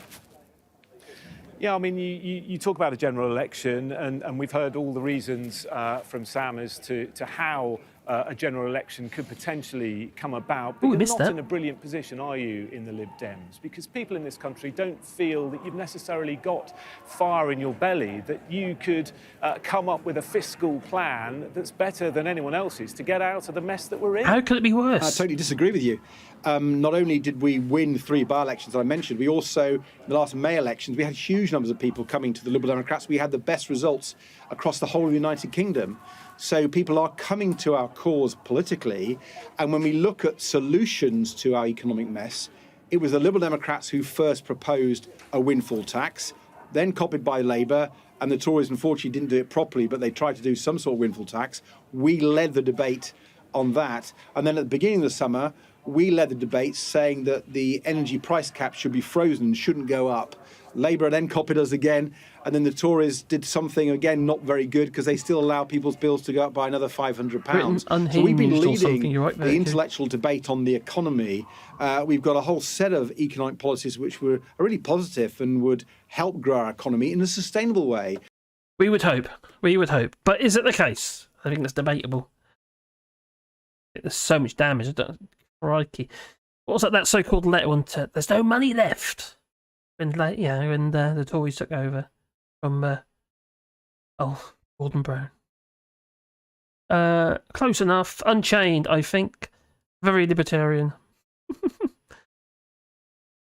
Who is the new Chancellor? Well, it's Jeremy Hunt. Yeah. Crikey. Did he say Jeremy Hump? Says Bastille. And Low and a Weirdo says Jeremy Hunt. Apparently, yes, he's the new Chancellor. Not Chancellor, yeah, the new Chancellor. He used to be the Health Secretary. Jeremy Hunt, says Charlotte. Obviously with a little starry asterisk thing. Was one of those who wrote the book Written Off the Cliff. I don't know about that one. No, he wasn't. No, that was Priti Patel. Oh, Karate Kid. What's his name? I can't think he's a backbencher now. So Priti Patel, Karate Kid, Liz Truss, Kwasi Kwarteng. Right. Yeah. And oh my God, I forgot his name. He was Deputy Prime Minister. Oh my God. I'm losing my mind. That's it. I've lost my plot. Yeah, Unchained. Yeah, Britain Unchained, it was called. Britannia and Unchained. I've read bits of it. I haven't read the whole book, though. I've read all the worst bits. And Liz Truss tried to make out that was Dominic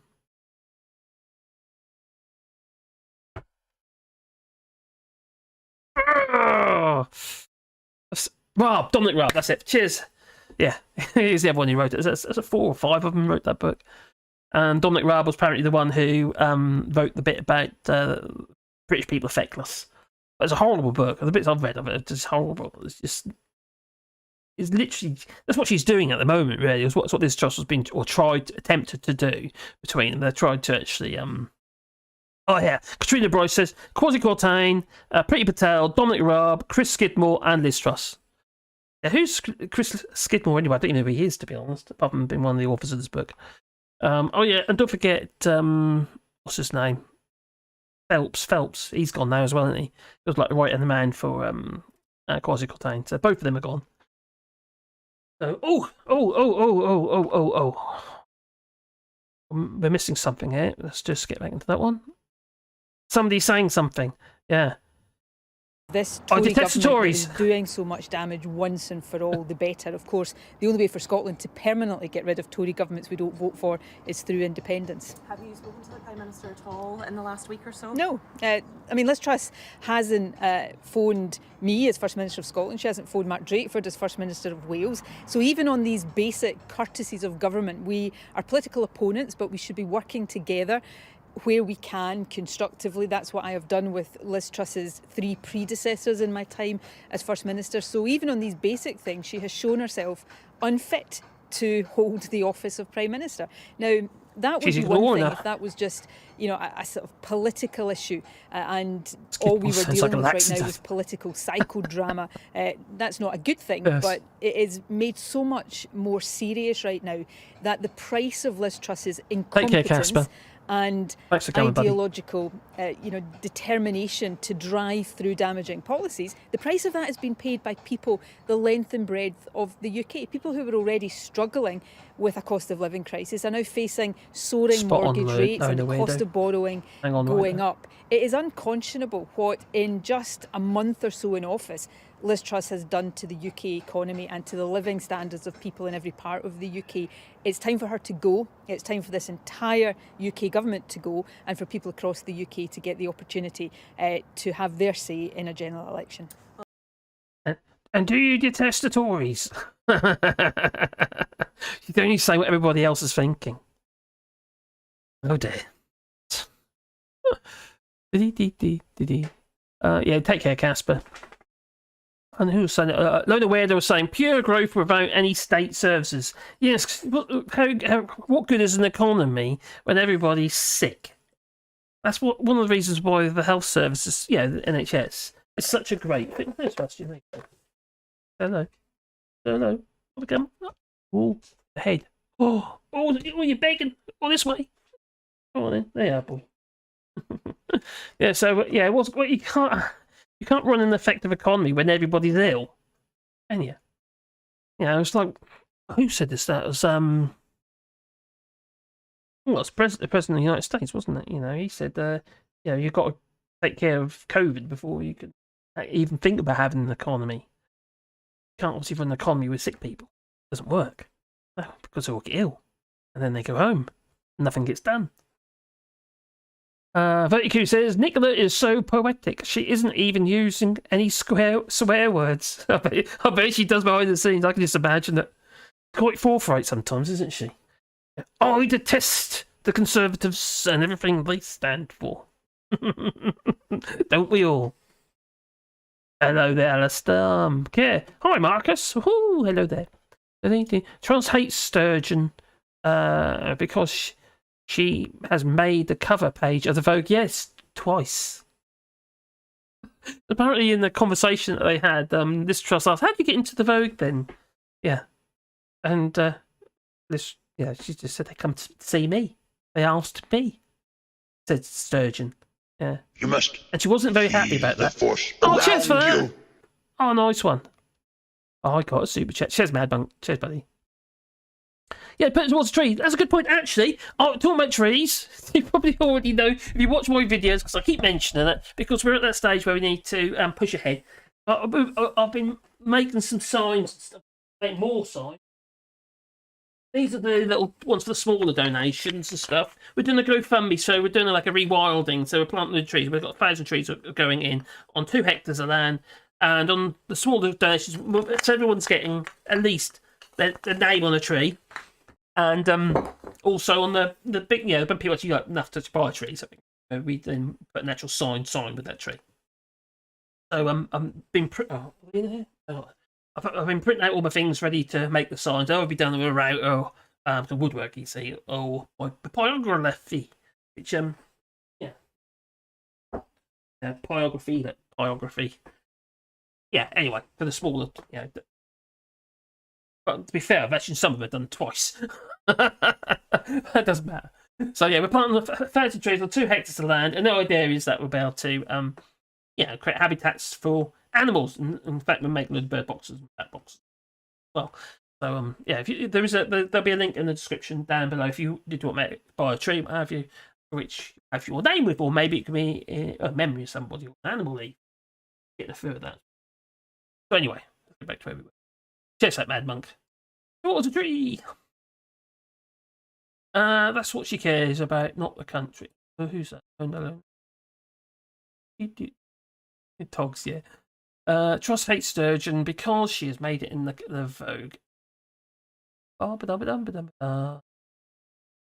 It's really strange at the moment. My viewers are doing that. Literally up, down.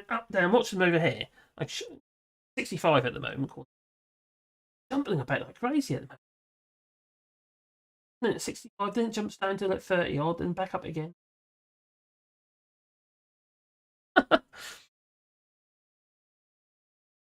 There we go, we're back over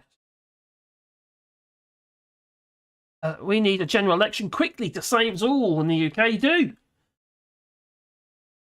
Problem is, it's like the Tory party, they're going to literally take that last jump. They've been getting really close to the edge, haven't they? About jump off the edge with this Truss. She's kind of put them on the edge, and now they need to take that long walk off a short pier. That's what they need to do. 62 on my feed. I got 62. I've got 64 on mine at the moment. It keeps jumping about at the moment, quite crazy. I think the peak has been 76. Has been my highest so far, which isn't bad. It's good. It's good because it's a random one. So just within about 20 minutes decided going live, I went live. I think I was 1 minute late though. I do apologise, but you know me. Some dumb photo shoots, says Lona Weirdo. I'm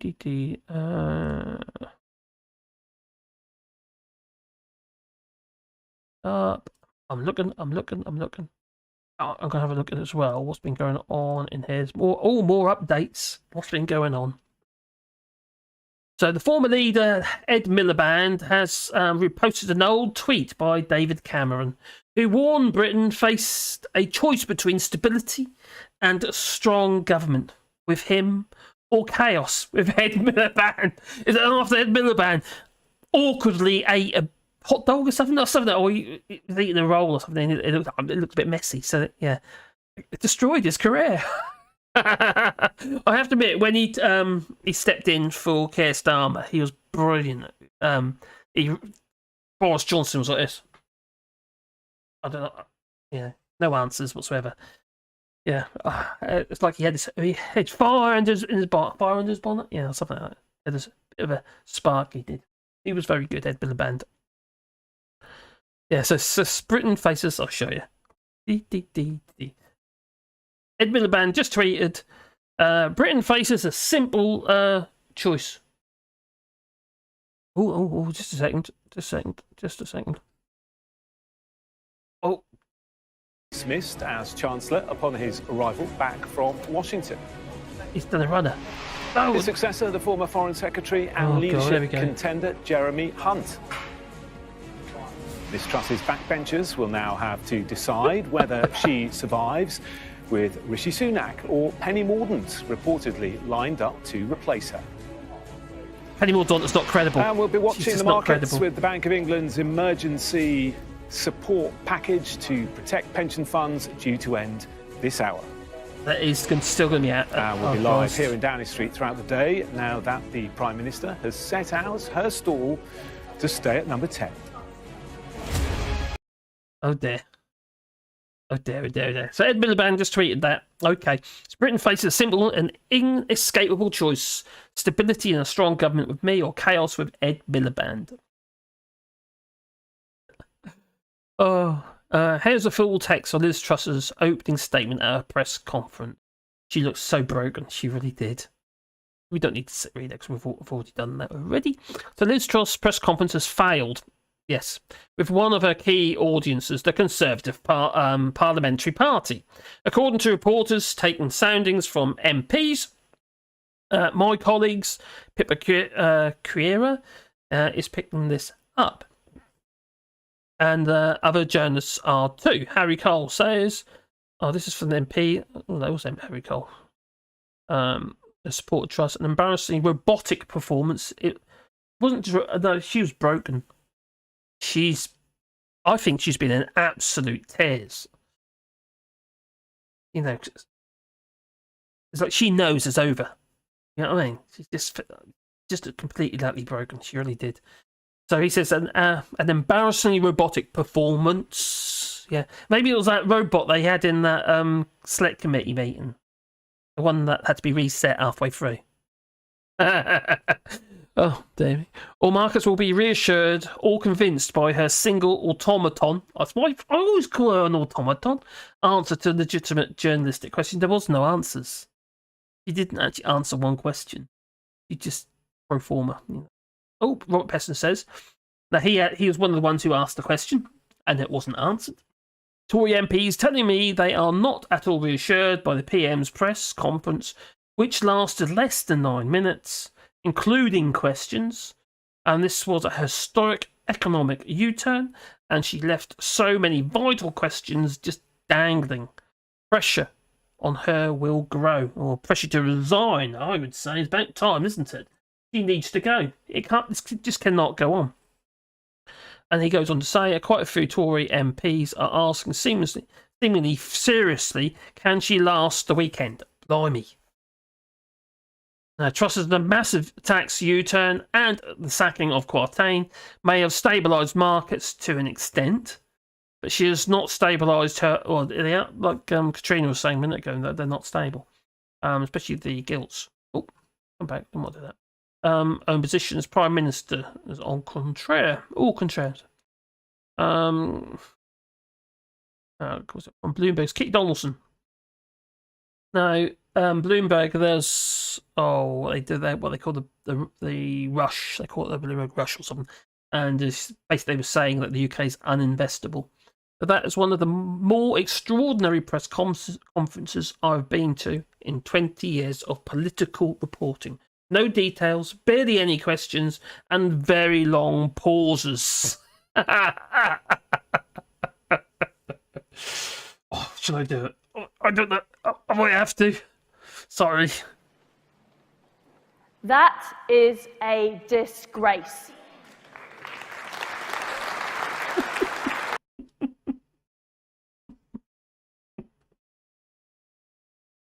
You reckon she'll be on that same old how do you put it? That old same zip wire as Boris Johnson?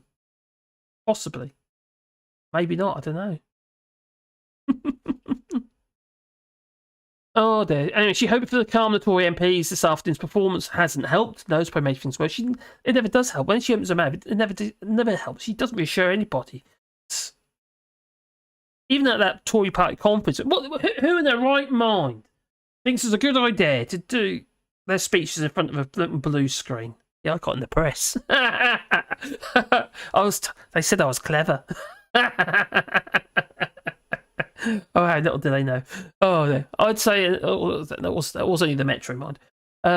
I'd say the opinion of the MPs right now is significantly harsher than after Boris Johnson appeared to have misled folk about Chris Pincher. Yes.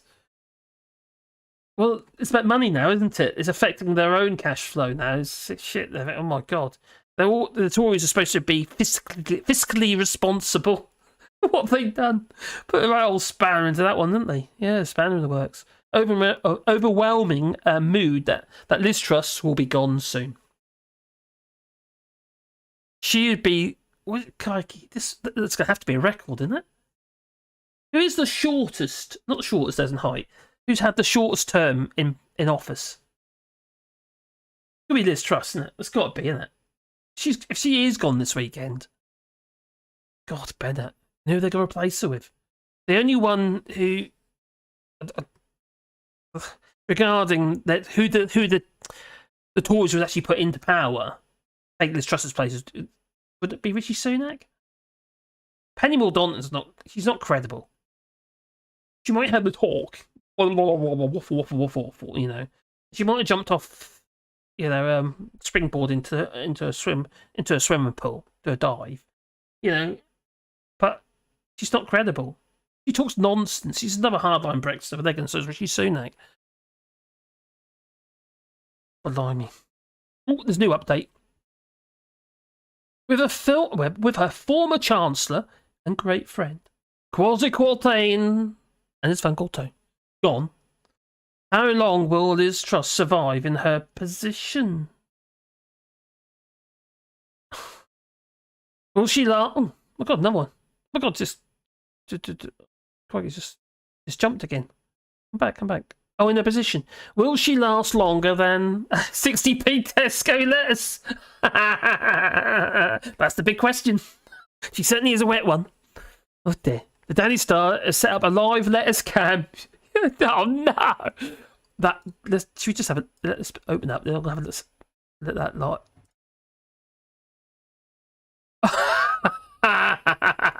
It's live. Oh my God, it's live.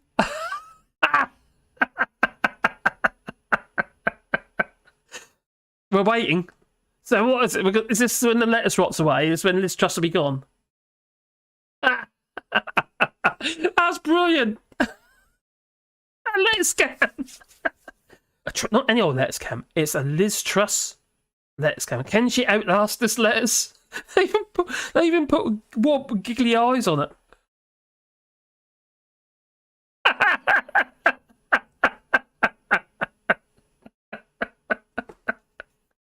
Oh my God, who bought that one? I wish I did.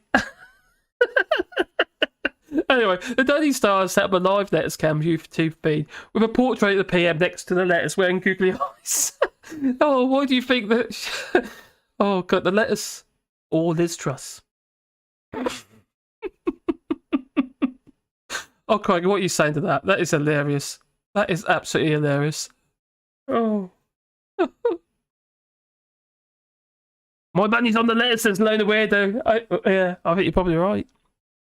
You'll need to be dragged out properly. I don't think she'll have any choice. No, Alexander Boris Fiffle Johnson was not particularly, he's thinking on money for dear life. He really was. I want to stay, I like it here, I like the wallpaper. Yeah. Oh dear. The betting odds of the lettuce will last longer. Yes, I probably agree. I would agree to that too. It's going to be the lettuce. The lettuce it's an iceberg as well, so it's going to last a little bit longer. And it hasn't been cut. It'll last longer because it hasn't been cut. Get the hair to oh, that dare me. Yeah. Pre-packed lettuce. Someone goes, so you open the bag that's got all droopy.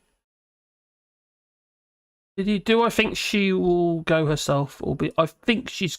I don't think she's going to be dragged out. No, I think she's. I think she'll come to her senses and realise I've got no place here. Yeah, Penny Mordaunt is still the RG, isn't she? Yeah, King Bog.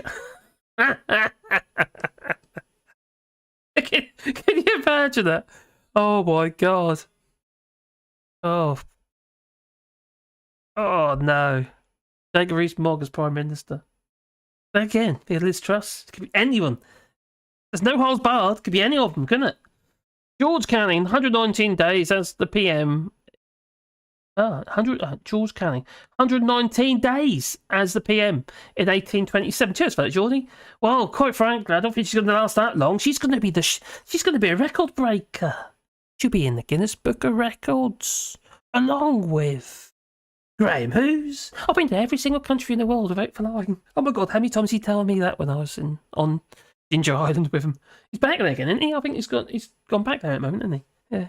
I didn't get invited this time. Again, I wouldn't have gone. God, the bed that place. Ooh.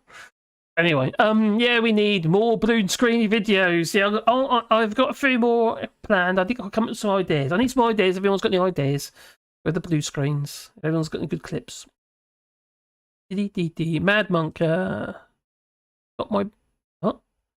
Yep, got my battery banks charged too. Tories are a tempest in a sewage tank. Lovely. That's a lovely thought, that one. Tempest in a sewage tank. Great. We get tempests here in France, but not with sewage. Oh, Yellowhammer. Yes. Oh, you know what? I was going to do a video on the Yellowhammer report. Because it's all coming true. Sounds like a cunning plan. Oh, Blackadder. I've ordered a USB cable to hook up my Wi-Fi router using a power bank. Now, if we get the power cuts, there you go. Look, yes, 3 hours and every day. Get yourself a UPS, an uninterrupted power supply. That's it. That might be actually a really good idea. And you kind of got one. If you're running off laptops, you kind of got that already, because obviously it runs on the battery. Providing it's got enough. It lasts long enough. But yeah, it might be a good idea actually. Get yourself a car battery, little inverter or something like that, just in case. A wind turbine, maybe. The thing is, we do have solar panels here, as you probably already know, which we do think of self-consumption. We don't put anything into the grid because we're not connected. We're connected to the grid, but we don't put power into the grid. But we put power into our house. So everything we produce for our solar, we use. So I have to be. There's times, like for instance, if we were using. Can you hear that? That's the missus. I think she's making me a banana milkshake. That's random.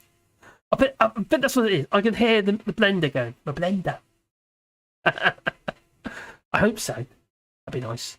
Imagine the chaos would be in with Ed Miliband. There's stable growth for Tories trumps it so well. Fresh. Yeah, fresh meat for the meme grinder. Oh, because it's going to be loads of memes. Oh my God, more t-shirts coming our way. Oh my God, that's another one. I like this geezer. He's what's he saying? After the mini budget 3 weeks ago today, you saw a spike in gilt yields. He thinks they're crazy, by the way. The yield moves in the opposite direction to the price. So the price of gilt sold off, and that reflected anxiety in the markets about the government's unfunded tax cuts. That was the key issue at the heart of all this. So you saw this big spike in gilt yields. Now, that sparked problems for the pensions industry. There you go. That's a very helpful chart there, actually. I'll come back to that in a moment because that shows you a little about what's been going on this week. What happened immediately after the mini budget was that you saw a spike in gilt yields, and that was problematic for pension funds because a lot of them had investment strategies in place that enabled them to hedge out their liabilities, match their liabilities and their assets more effectively. Their liabilities are the promises that they've made to future retirees. Now, those were funded in part, those trades were partly done by derivatives contracts. And when the price moved against the pension funds, well, the investment banks on the other side of those trades said, well, we need you pension funds to put up more collateral. That forced a lot of the pension funds to sell their gilts. And you had this kind of perpetuating spiral for a while in which gilt yields were rising higher. And that was very much seen in some quarters as a lack of confidence in the government and its mini budget. This is where all these problems started, remember. Now, on the Wednesday following that, the Bank of England announced an emergency intervention. It said it would spend up to £5 billion a day in buying 20 and 30-year gilts, which were the assets that were being sold in these fire sales by the pension funds. So that made a total of £65 billion in all. Now, we've had today the final reckoning from the Bank of England. It spent another just over another £1.45 billion today. That takes its total spending over the last couple of weeks or so to £19.3 billion in total. So substantially less, you might think, than the £65 billion that it would have had to have spent in extremis. Now, let's have a look at that chart for the 30-year gilt. This is one of the assets that the Bank of England has been buying in. As you can see, it spiked earlier this week. It hit 5.1%, which was its highest level since 2002. And that was on the back of comments made by Andrew Bailey, the Bank of England governor, overnight on Tuesday in Washington at the IMF, that he said the pension funds had only 3 days in which to act. They had to sort this issue out by Friday. That was the original deadline imposed, and the bank would not be buying gilts after that. So as you can see, you saw a sharp decline in yields subsequently, and that was evidence that the bank was weighing in. It started buying in gilts more heavily on Wednesday and Thursday. You can see there on the chart. You then had rumours yesterday, in the middle of yesterday, that the government was going to have to U-turn further on its mini-budget. It's already scrapped the 45p tax rate abolition, of course. The next U-turn, of course, was corporation tax. And then, of course, we had these rumours that Kwasi Kwarteng was going to go. So you saw yields falling very, very sharply. And really, you look at that low point today of 11.27 or so. That was when gilt yields really bottomed out on the day. Certainly on the 30-year, you actually saw yields going down to as low as 4.1%, which is a colossal move in terms of the scope of these things.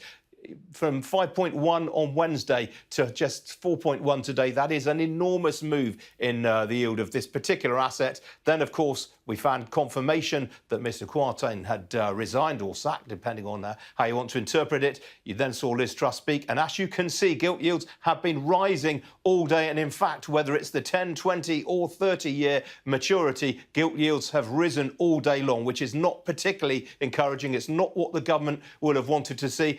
Part of that might be because, there's an old market adage, it's better to travel than to arrive. You buy the rumour and sell the fact. And you could say, arguably, that is what has happened today, by the way. Sterling, I should mention that as well. Sterling was stronger throughout the morning on the speculation of this U-turn and speculation that Mr Kwarteng was going to go. As you can see, it's tailed off throughout the afternoon.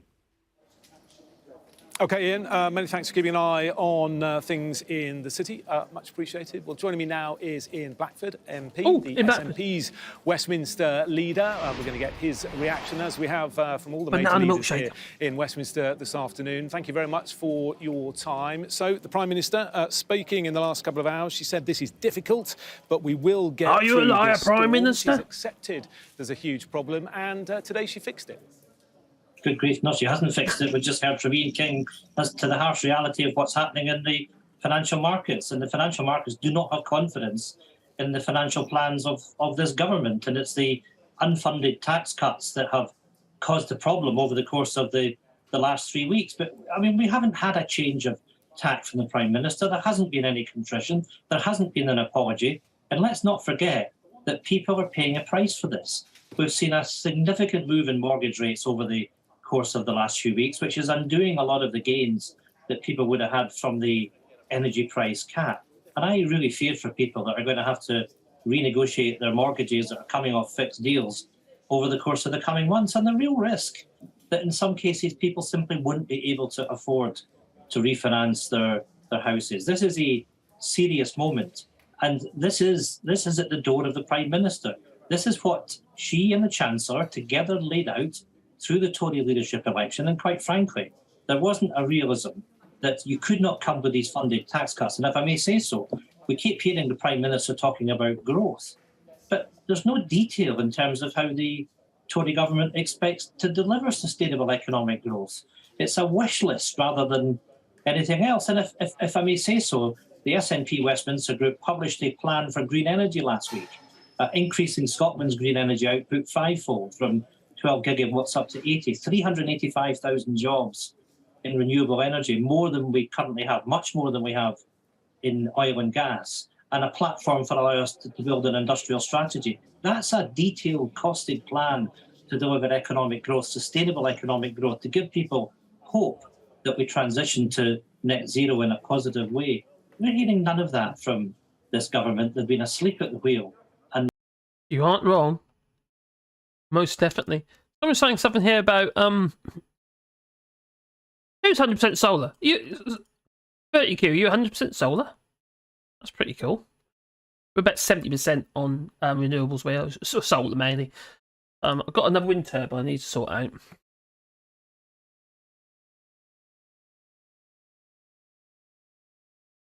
If that was the Labour person, are we talking to the King about getting away from burning stuff and building more solar and wind turbines? Yes.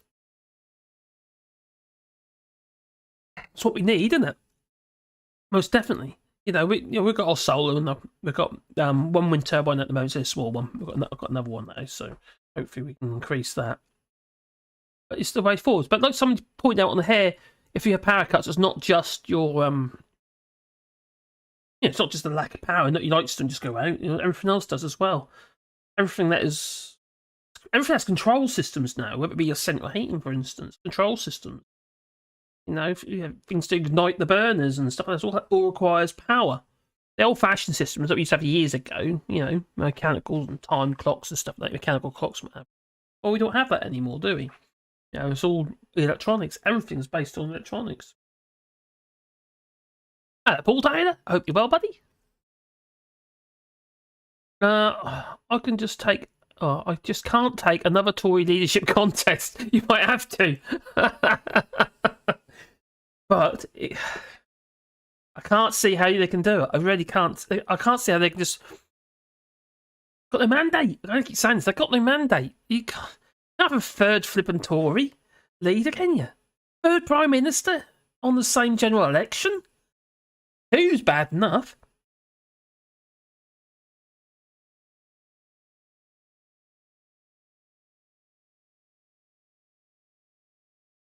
Lettuce is flying off the shelves. Well, they're all doing their own live shows, are they, of the lettuce?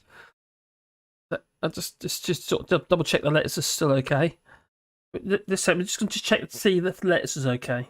There you go. Oh, not you. That is a disc. Yeah, lettuce is still there, and so is Liz Truss. Well, that's only been about 20 minutes, so it's a bit of a worry, isn't it, for the lettuce, mind you? No? You think it's going to outlive Liz Truss? Maybe. Have a baked lettuce and tomato in her name. It's such a mess, isn't it? It's just such a mess. What the hell's going on? We've been live at 2 hours now, so I'll probably clock off in the mo.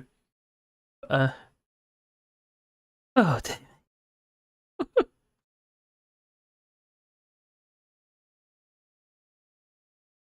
Let's scroll down.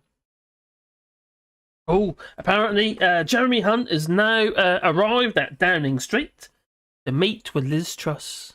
Oh, about his new job. Oh dear. He's probably going to go, I'm going to have your job, you know.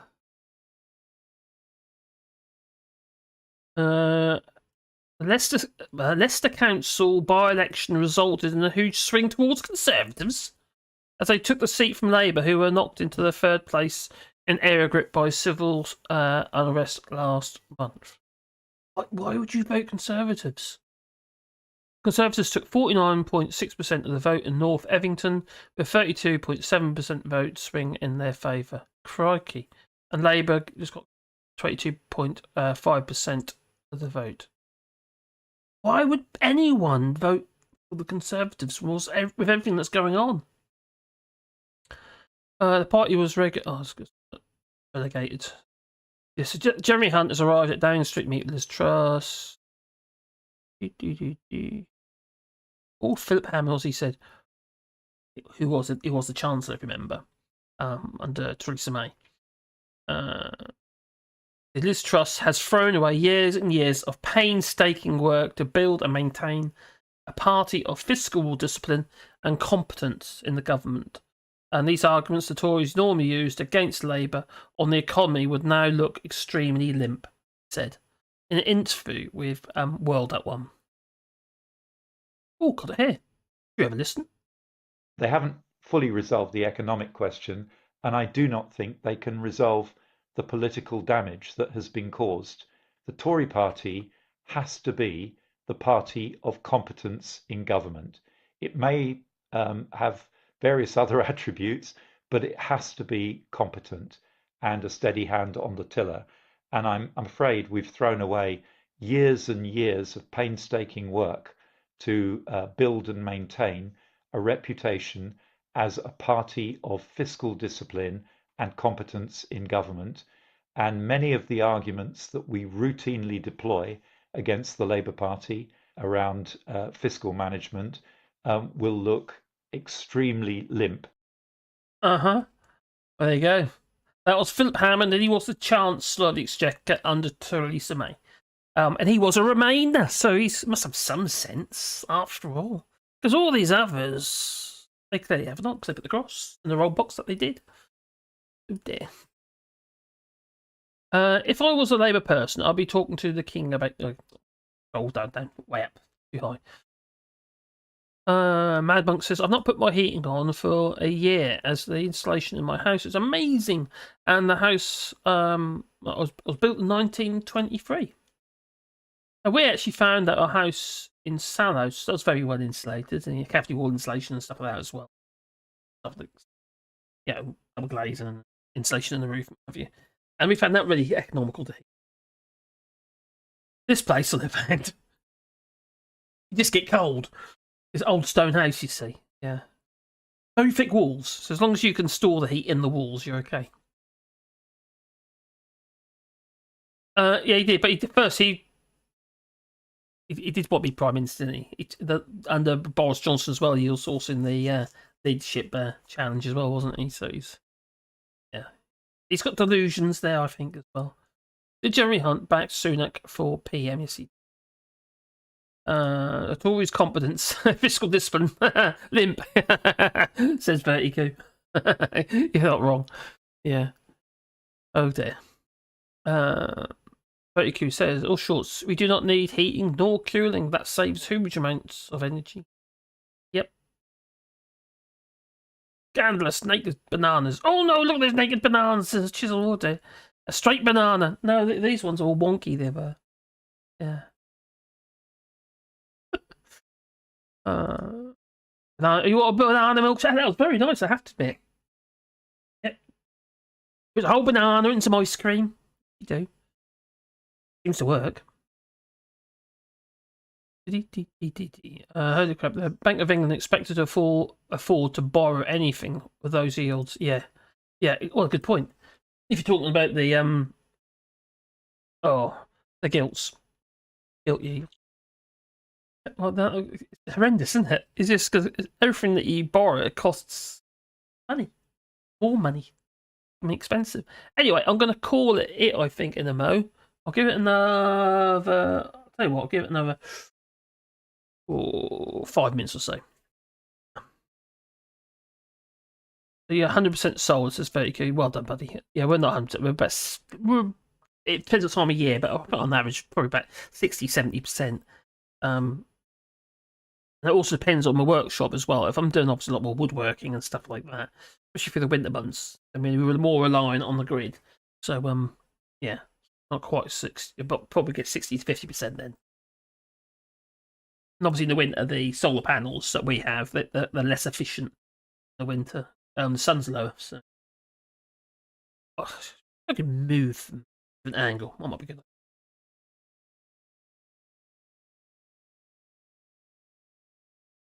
Imagine Theresa Coffey in the PMQs pretending to answer questions. Can you imagine as Prime Minister? They'd need a bigger pedestal, wouldn't they? Bigger lectern. Oh dear. Oh, I was a leader. There we go. Up again, and let's flying off the shelves. Lettuce will soon get a second term.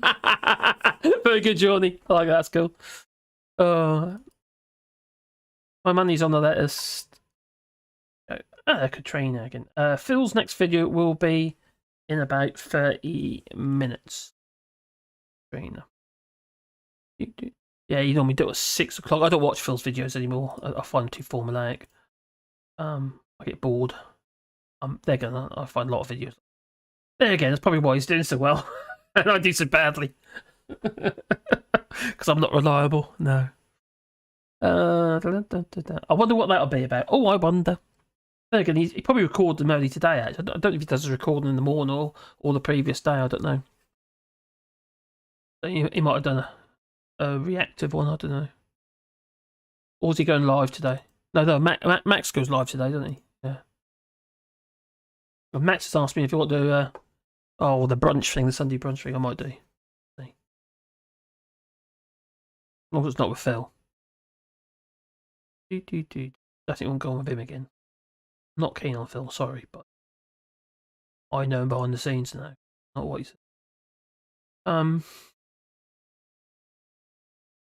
Second-hand letters. The power shortage solved, and connect a generator to the spinning factor. Like U-turn. Might work. No, you need one that you can create waves with your hands. You need one, yeah, that's it. You need one of them tidal generator things.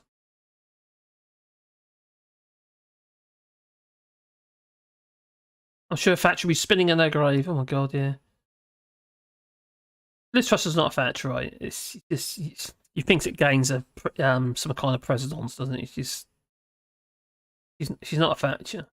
Factory for all the ills, she certainly would be turning her grave. So she's made plenty of mistakes. She's a horrible woman. I think so anyway, but this lot, crikey. I don't know about you, but I've never witnessed anything like this. It's just total madness going on. And why is it? Brexit. Literally Brexit. That's why we got these Tories. How you doing, buddy? That's how come we got these Tories. You got them because of Brexit. Plain and simple. There's no getting away from it. Because of that vote back in 2016, it gave them that magic flying carpet into power in 2019. They got their 80-seat majority because I just want my Brexit. That's what they said.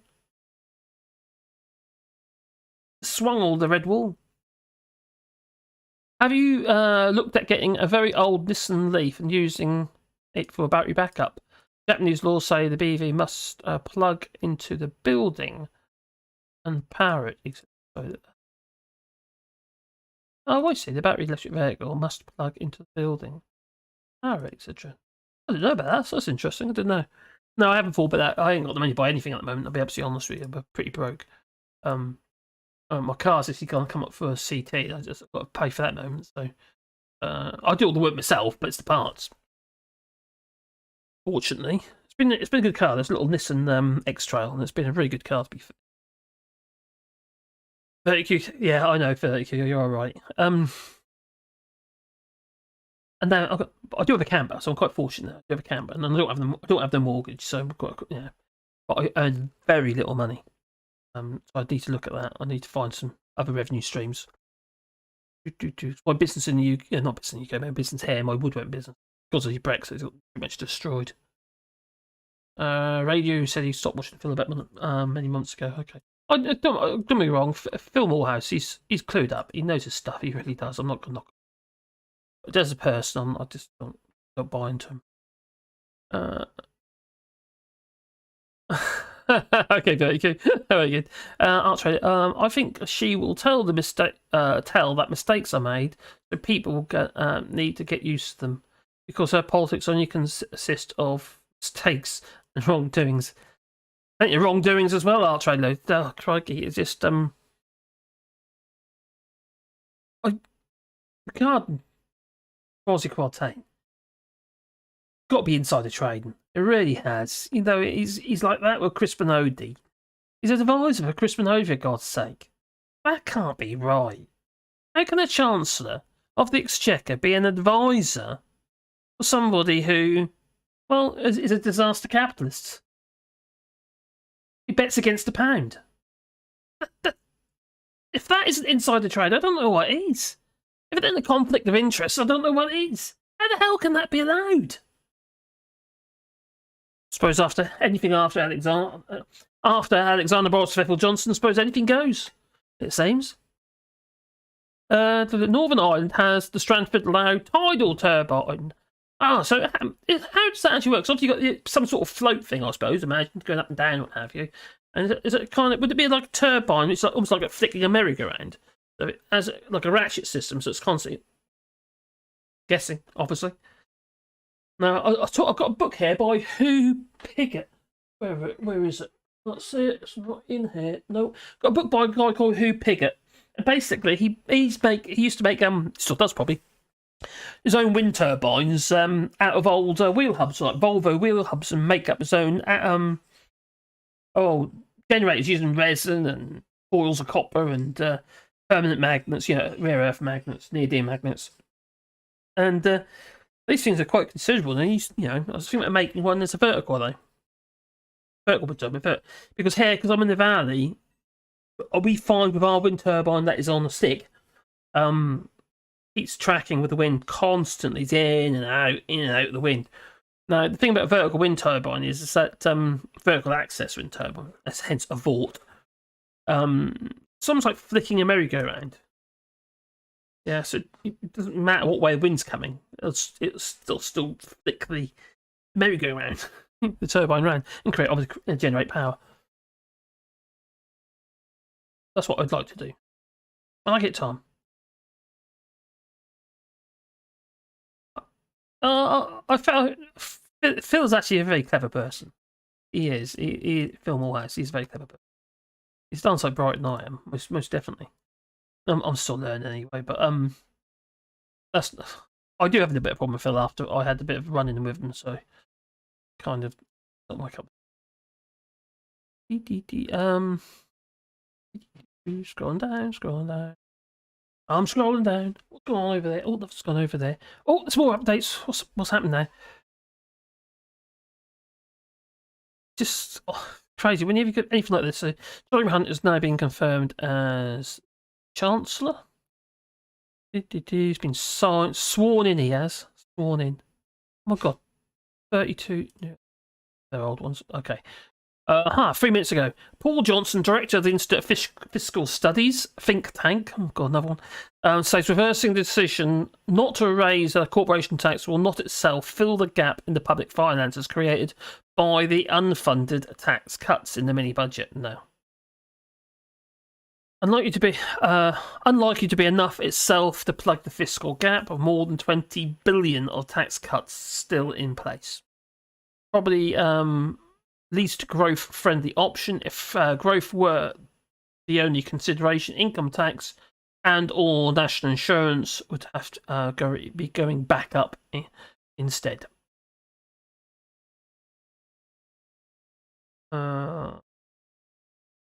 Labour's shadow chancellor, I think I saw her on there a minute ago actually, Rachel Reeves. Her newly appointed Tory counterpart, Jeremy Hunt, signs up to the same trickle-down model of economics, crumbs at the table, as his predecessor, which has resulted in instability and insecurity and volatility that we have seen in the past few weeks. Jeremy Hunt says when he ran to be leader of the Conservative Party, he proposed even bigger cuts. Oh, that's what she said. So Reeves said, Jeremy Hunt, when he ran to be the leader of the Conservative Party, proposed even bigger cuts to the corporation tax than what the Prime Minister and Kwasi Kwarteng brought in. Well, actually, that's what Ed Davey from Liberal Democrats was also saying, wasn't it? He was interviewed a moment ago.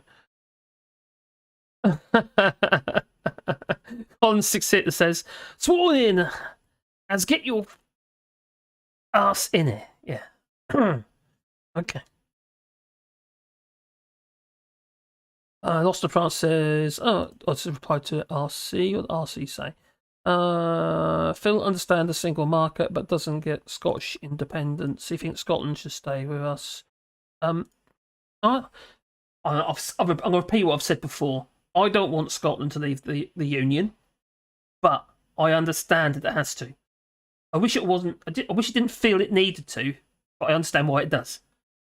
Because it's not be funny. Scotland has been screwed over big time by government and previous governments as well. And using the same old rhetoric, it doesn't work. It just doesn't work. It doesn't bear any weight. I feel that Scotland's been bled. That's what I feel. And I think for the sake of the people of Scotland, I feel that they must get their independence and let them, for good or bad, whatever happens. But they should have that. They deserve that right, and that especially now, to make their own way. And that's how I feel. It's not about like I say, I wish it wasn't necessary, but it is. I wish they'd been treated properly. I wish Scotland was treated as though it was in the Union and as though it was a part of the Union, as though their opinions and their needs matters. But it's blatantly obvious now that this government and previous governments have been screwing Scotland over and the people of Scotland, and I can't accept that. So do they have a choice? No, I don't think they have. We've got to do the right thing and give them the right to vote. Let them make their own course. That's what I think, anyway.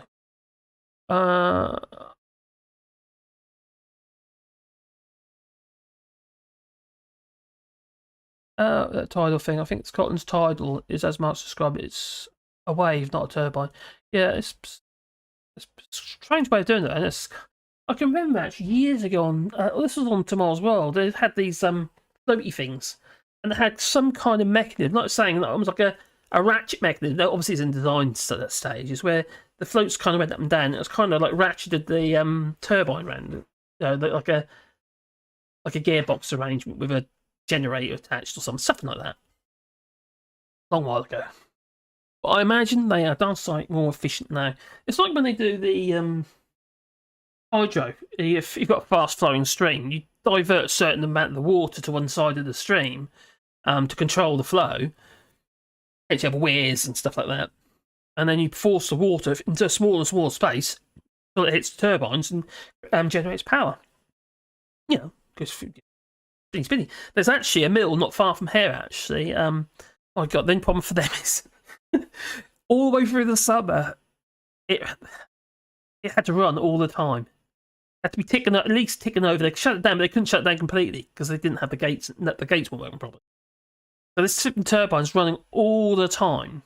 So the water's been, basically it's like these turbines coming what they're like now. Well, they're like sort of bizarre sort of.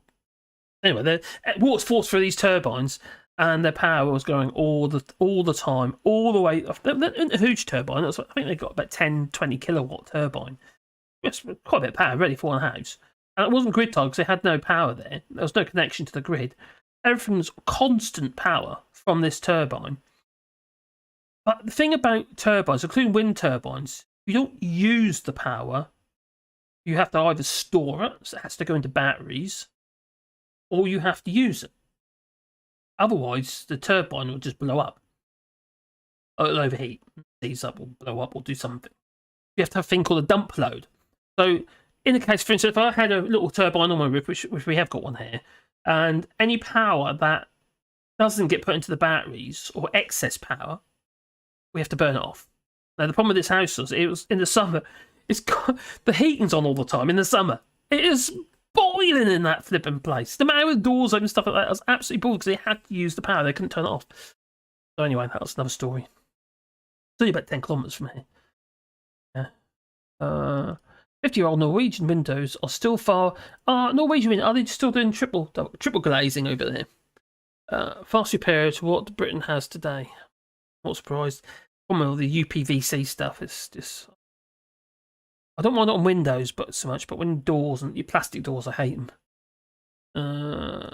We can easily go 100% green, says Vertico. In Finland, VTT finally, after 30 years of research, mastered the recycling of the plastic 100%. Wow. After year 2027, we do not need oil. That's fantastic. Oh my God. Yeah. And you do have a rather gorgeous Prime Minister or President. I think you've got Prime Minister or President. I can't work it out. Yeah. She's great. I do like her. Oh, she held somebody. Oh, crikey. She pretty much laughed at somebody the other day. What was that again? You probably know, Vertigo. Oh, and mocked them. Completely actually mocked them. And then she gets criticised for going clubbing and partying and stuff like that. Why the hell shouldn't she? You know, she's still a young lass, really. I don't know, as long as she does a good job, and she seems to. Hello, Sean Crown. Bonjour, Marcus, he says. I think Truss has sacked Kwasi, her Rottweiler, so she can appoint him as Health Secretary. So they can be... so they completely... Well, no, they got Theresa Coffey for that one, haven't they? Yeah, Theresa Coffey's there to bugger that one up. Yeah, blimey. At one point, there was speculation that she was going to be the Chancellor a few months ago. Or about a month ago. Not even that. Yeah, about a month ago. Maybe longer. Oh, a couple months ago now. Blimey. It's just such a mess. I shouldn't find this hilarious, but it is. It's just hilarious. It's... And when people... Like, I hate the fact that people are suffering. That's what I can't stand. Oh, look at that. Oh, let's get rid of that. Oh. Oh. I want that. Yeah, gone. Oh, what, another one? Got rid of that one. Oh, cheers, Mad Punk. I can't keep up with them. Dear me. I want to know, how is nuclear energy green, as uranium has a very long... It's not green, is it? Unless you're talking about fusion, which is obviously more green than fission. But, yeah, if we didn't laugh, we'd cry. You're right, Lefty Boater. Hello, buddy. Loving your tweets and stuff on Twitter. Yeah, that is, what can you say? Madness. The whole thing's absolute madness. So, yeah, of course, I'll go back to Mad, but what he was saying about nuclear energy. Obviously, the waste from that is, how do you store that afterwards? What do you do with it? You know, stick it at the bottom of the sea. Bury it in concrete, maybe. Eventually, yeah, what are they going to do after that? You know, nuclear fusion, though, it has a lot less waste. But the heat that's required to run it, is it right? Or to cool it? Anyway, it's extreme. It's very difficult to do. Hence, they haven't been able to hold the power for very long yet. But they will. Oh, what's Susan say? Susan, do it. We are all known for a very long time we needed to switch to renewables, but lack the investment. That's put us all in the crap. Yes, I'm a firm believer of doing self-consumption, because that's what we do. And one of the reasons for that is you probably already know that whenever you feed a grid, a certain amount of electricity is lost. It just goes into the ether, you know, gone. You know, but if you're self-consumption, whatever you produce, you're using, obviously reduces your dependency on the grid. Hence, it's more efficient. That's my thinking, anyway. And it works for us. So, we've been doing it now for a few years now. I've got 285 watt panels. We've got 16 panels. Yes, I think there's 8 by Sun Edison, and then there's another 8 by Tata. Sun Edison ones are far better quality. But we bought them. We stuck them in. Yeah. What about giant propellers killing off all the... Oh god, they're bombers. What? Giant propellers. What's that, Dave? You lost me though. What about the giant propellers killing off the Guano bombers? Now you've lost me. I don't know what you're on about, mate. I really don't. Please explain. Have I missed something? I might have missed something. RC says ADB. Different bias. Phil thinks England and Britain is synonymous. The thing about the United Kingdom, and the United Kingdom isn't just different countries joined together. These people, and people have everyone has a right, don't they, to some kind of autonomy, not be run by some idiot that does that, especially. No.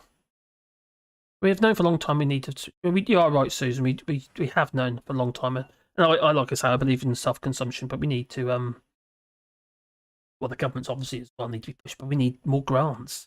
What have we grants here, actually, in France? I don't know what it's like in Belgium, but in France it's quite busy regarding grants. Regarding pellet burners, but you can't get the pellets. Prices of pellets have gone through the roof. They're doubled. Cost of pellets for pellet burners here. I don't know if... I don't know. Ginger's giraffe. She's got a pellet burner. No, she's not here today. But we've just got a pellet burner. I bought a second-hand one. I picked one up second-hand and I've installed it. And I have to admit, it's quite good. Then we go buy the pellets, and they're like more than doubled. They're like 10 quid for 15, yeah, 10 euros, 9.90 they were, for 15 kilos per bag if you buy them individually. But the price, even if you buy a pallet of them, about 65 bags, even then they're not very cheap. And if you try, you can buy them online, buy the pallet, but no one's got them in stock. They're still taking your money. So yeah. The only thing I would say about pellets is, regarding being more environmentally sound, is that the volume of timber that you actually burn with a pellet burner is tiny in comparison. It's about a quarter in volume. Heat in this house, we were finding that we were burning around 15 to 20 cubic meters of wood to heat this house over the winter, and probably under 2 with a pellet burner. Way under. Way under. So, yeah, we hope, because we had it for a couple of weeks. So let's scroll down. Hello, Katrina Bryce. Hello, but it is better to export surplus to the grid than burn it off. Yeah, of course it is. Regarding my friends, like I said, they're only about 10 kilometres away. They've got a little mill, and all that energy is just being wasted. So, but they're not connected to the grid at all. You see, they've got no grid connection. So I don't know what it takes for them to get one. Probably very expensive to put in. And no earthquakes. So you're talking about shale gas? No, where though? Or where do? Finland stores it in the bedrock. Finland stores it in the bedrock. Are you talking about the What are you talking about? Are you talking about the uranium, the spent uranium? I want to know how. Oh yeah, fair point. We have very good leadership in Finland, indeed. You do appear to. I have to admit, she's very impressive. A bit like the New Zealand lass, you know. She's seems like level-headed people. We're not used to that, are we? We really are not used to that at all. Check a YouTube video called "How a Sand Battery Could Change the Energy Game." Somebody shared that with me before, something about a sand battery. What's that? Crikey. Oh, crikey, who was that again? Funny feeling that was somebody on here. Was it UQA Library? Sent me a video to something like that. Might have been. Might not, it might have been Joa. Oh, anyway. The UK peak usage of power happened about 20 years ago, since the UK been in a steady decline on its power usage. So today, UK uses 50% less power versus peak 20 years ago. Wow, that's amazing. And then we go over to electric cars. Then, yeah, I would definitely love to have an electric car. I just can't afford. And so I need an SUV of some description, because no trailers and stuff. Hello, Susan. It was spent 14,000 minimum to get a 2,500 grant after the work done, but now they're cutting back on the grants, so the lower income people are in the catch-22, unable to afford to do. Yeah, that's the problem. The problem with a lot of these grants is you can't do. Most cases you can't do your self-installation. You have to get somebody in to do it. So and it's madness, because when you're talking about solar, for instance, other than putting them on, getting on the roof, if that's where you go and put them, mine are on the ground, but you have to pay somebody to do it, and the markup they have is considerable. You know, it's these things plug together. You know, you literally just plug the things together, and then just wire it into your inverter or whatever, grid tie inverter or something like that. But that bit, you should be able to do more yourself, and you should be able to get your grants for that. Now, this is a situation here in France with our friend, no biker, and he got a wood burner installed. It was an Arga wood burner. No, it wasn't Arga. No, it wasn't Arga. That was a friend, Godin wood burner installed, and it was it's like a stove that's cooking and all. It's a lovely thing, all like green and enamel. It cost a lot of money. Anyway, he had this thing put in, and he got a grant. And because he didn't supply the actual invoice from the installer because he put it in himself. He had to pay the money back for the grant. So yeah, he lost out. So yeah, that was a bit pointless. So that's quite common anyway, isn't it?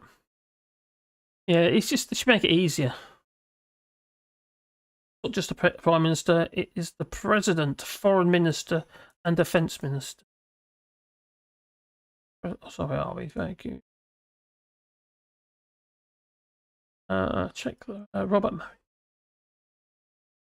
Oh, okay, Simon says, thanks, nice one.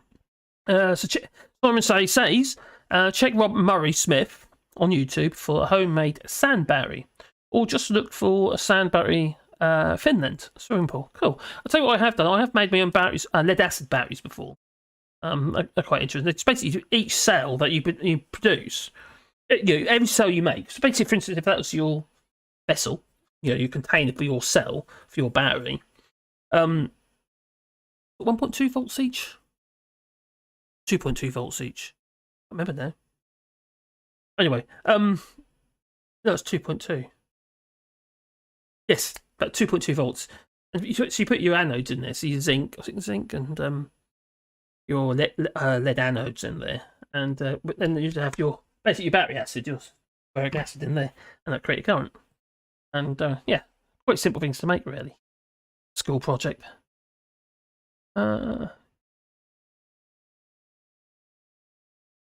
Lightning Rod says you can't vote your debt away. Nice try though. Okay, cool. The company has spent 30,000 on solar. Normally, line is turn of investment is 5 to 10 years due to a very high commercial power prices and return to investment only 1 year, plus to fully cover their power needs.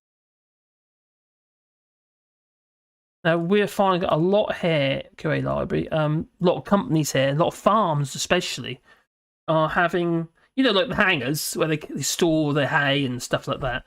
That are having new hangars built, probably with grants from the EU, I imagine, which the UK has no access to anymore.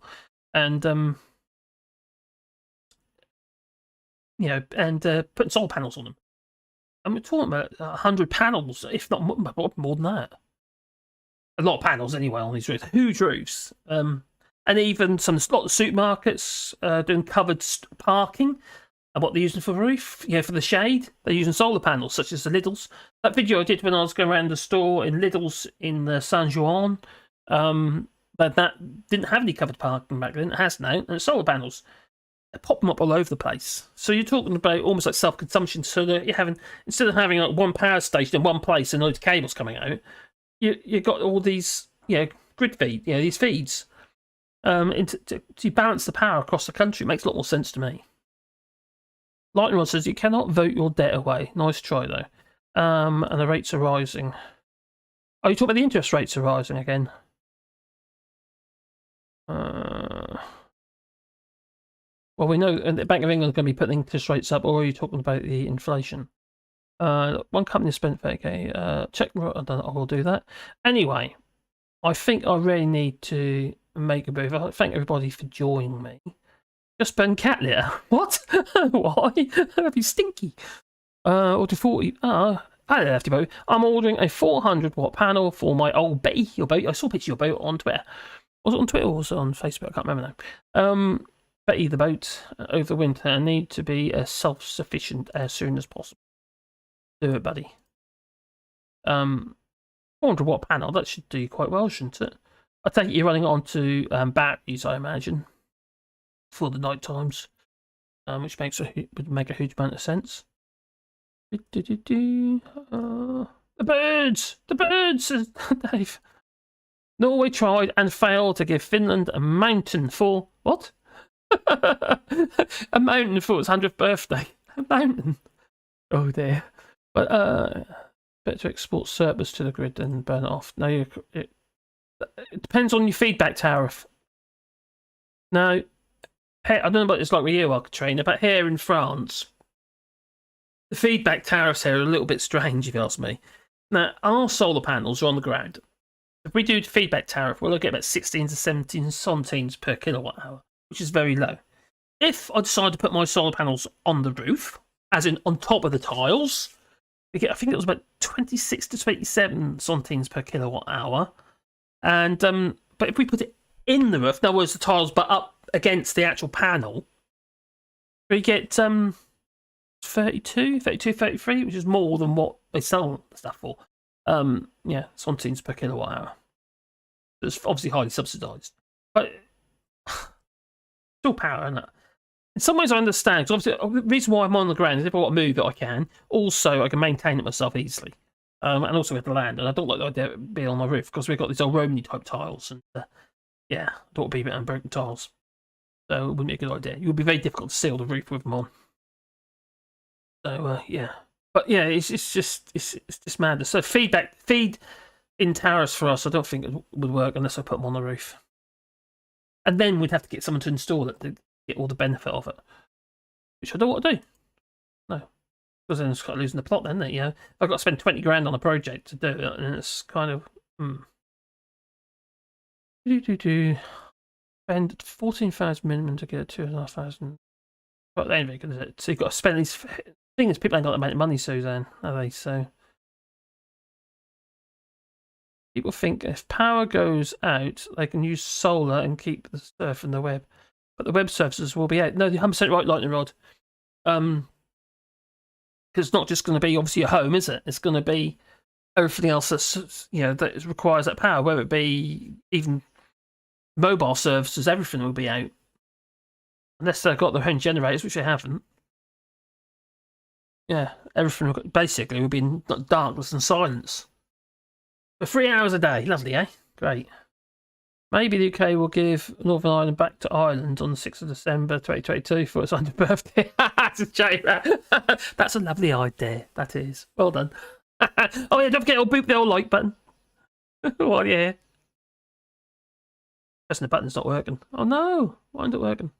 This is. There you go. Yep, all we left with is lights and radio. Yeah. You're lucky. Everything has to run from somewhere, doesn't it? It has power. So we're running on solar, but the thing is with us as well, you see, I had a choice when I put ours in. Do I do not grid tie, but self-consumption, or do we do self-consumption with batteries? And we do have some batteries, but we use all the power. We don't really create enough to actually store it. So maybe later. Anyway, I'm going to call that it. Oh, Harry from. Oh, hello, Kurilobi. Harry from Harry's Farm just put. I saw that video. It's definitely worth a look if you're interested in farming at all. Harry from Harry's Farm. He does regular videos, and they're really clear. He's a really good speaker as well, and he takes you around his farm, what have you, and things that he's doing. And it's kind of. It's not just one thing or another. It could be a variety of topics. It's quite easy to listen to. It's very good. Lefty Boat says he's running 230. Oh, your lithiums, are you? 230 amp hours of lithiums. So for me to put a battery system in, I think I'd probably need 3 kilowatt of lithium battery storage here, I think. So I need enough draw, you see, because I use machines. Otherwise, they just wouldn't start. Got my woodworking, that is. So one company just spent 30 so normally... Oh, I've done that already. Anyway, I paid $500 per pack and bought 2. So I hope to sell the other. They run out for crikey. Nice. Lightning Rod says, I spent £500 per pack and I bought 2. So I hope when they sell the other... When they run out of, I hope to sell the other when they run out of them at the store. I'll sell them for $4 grand. Probably. Is it right with the percent that electric cars are fetching more money than what they are? Yeah, they're costing more second hand than they are new. Probably waiting lists, probably. Maybe 8k. Okay, you'd sell 2 then, wouldn't you? There's no more coming, yeah. Okie dokie. Well, I am going to call it. I got 2 500 watt panels. Nicely done. All right, nice one. Thanks a lot for joining us on that. And like I said before, we are doing a rewilding here in France. We've got 1,000 trees we're putting in. We've done the field already. We've got about, I can't remember, trees put in. We've got loads been propagated, but also we have to buy trees as well. Got an order, not an order, ones waiting at the nursery to be picked up. The weather's changing, so it makes a lot of sense to start putting them in. But if you want to be a part of that project, there's a GoFundMe link down below in the description. And basically, for that, what you do is buy a tree. It's up to you what you donate, Joel. Buy a tree, and we'll put a sign with the tree. Even small donations, what have you, you're still putting your name with the tree. These things, oh, sorry about that. On the tree, or we buy an actual tree. That's 25 quid. Is that I get trees from about 25, and I make that sort of proper little signs to go with them. But everybody else is, I'll put a tag, a message on there. It could be name, or it could be memory or somebody, what have you. Maybe it's an animal you've lost, pet, or a loved one. Maybe, I don't know. You, link in the description down below. You want to do that. Anyway, I think it's time for me, because I've been rabbiting on now for, 2.75 hours? Oh well, never mind. Anyway, make a long story short, Kwasi Kwarteng has resigned. His his right-hand man, Chris Philps, he's resigned. Oh my God, wasn't he a blubbering idiot? Liz Truss looks like she's probably going to get pushed out. And she looks like she's been crying. And probably very stressed at the moment, I imagine. And Jeremy Hunt has got the job of Chancellor. And it looks like his policies are worse than what Kwasi Kwarteng's are. So we're doomed either way. So there you go. We're doomed. So anyway, thanks for watching. And yeah. Oh yeah, don't forget to click like and subscribe. That's that. Wrong button. Oh, what an idiot. Press the record button, not there. Stop.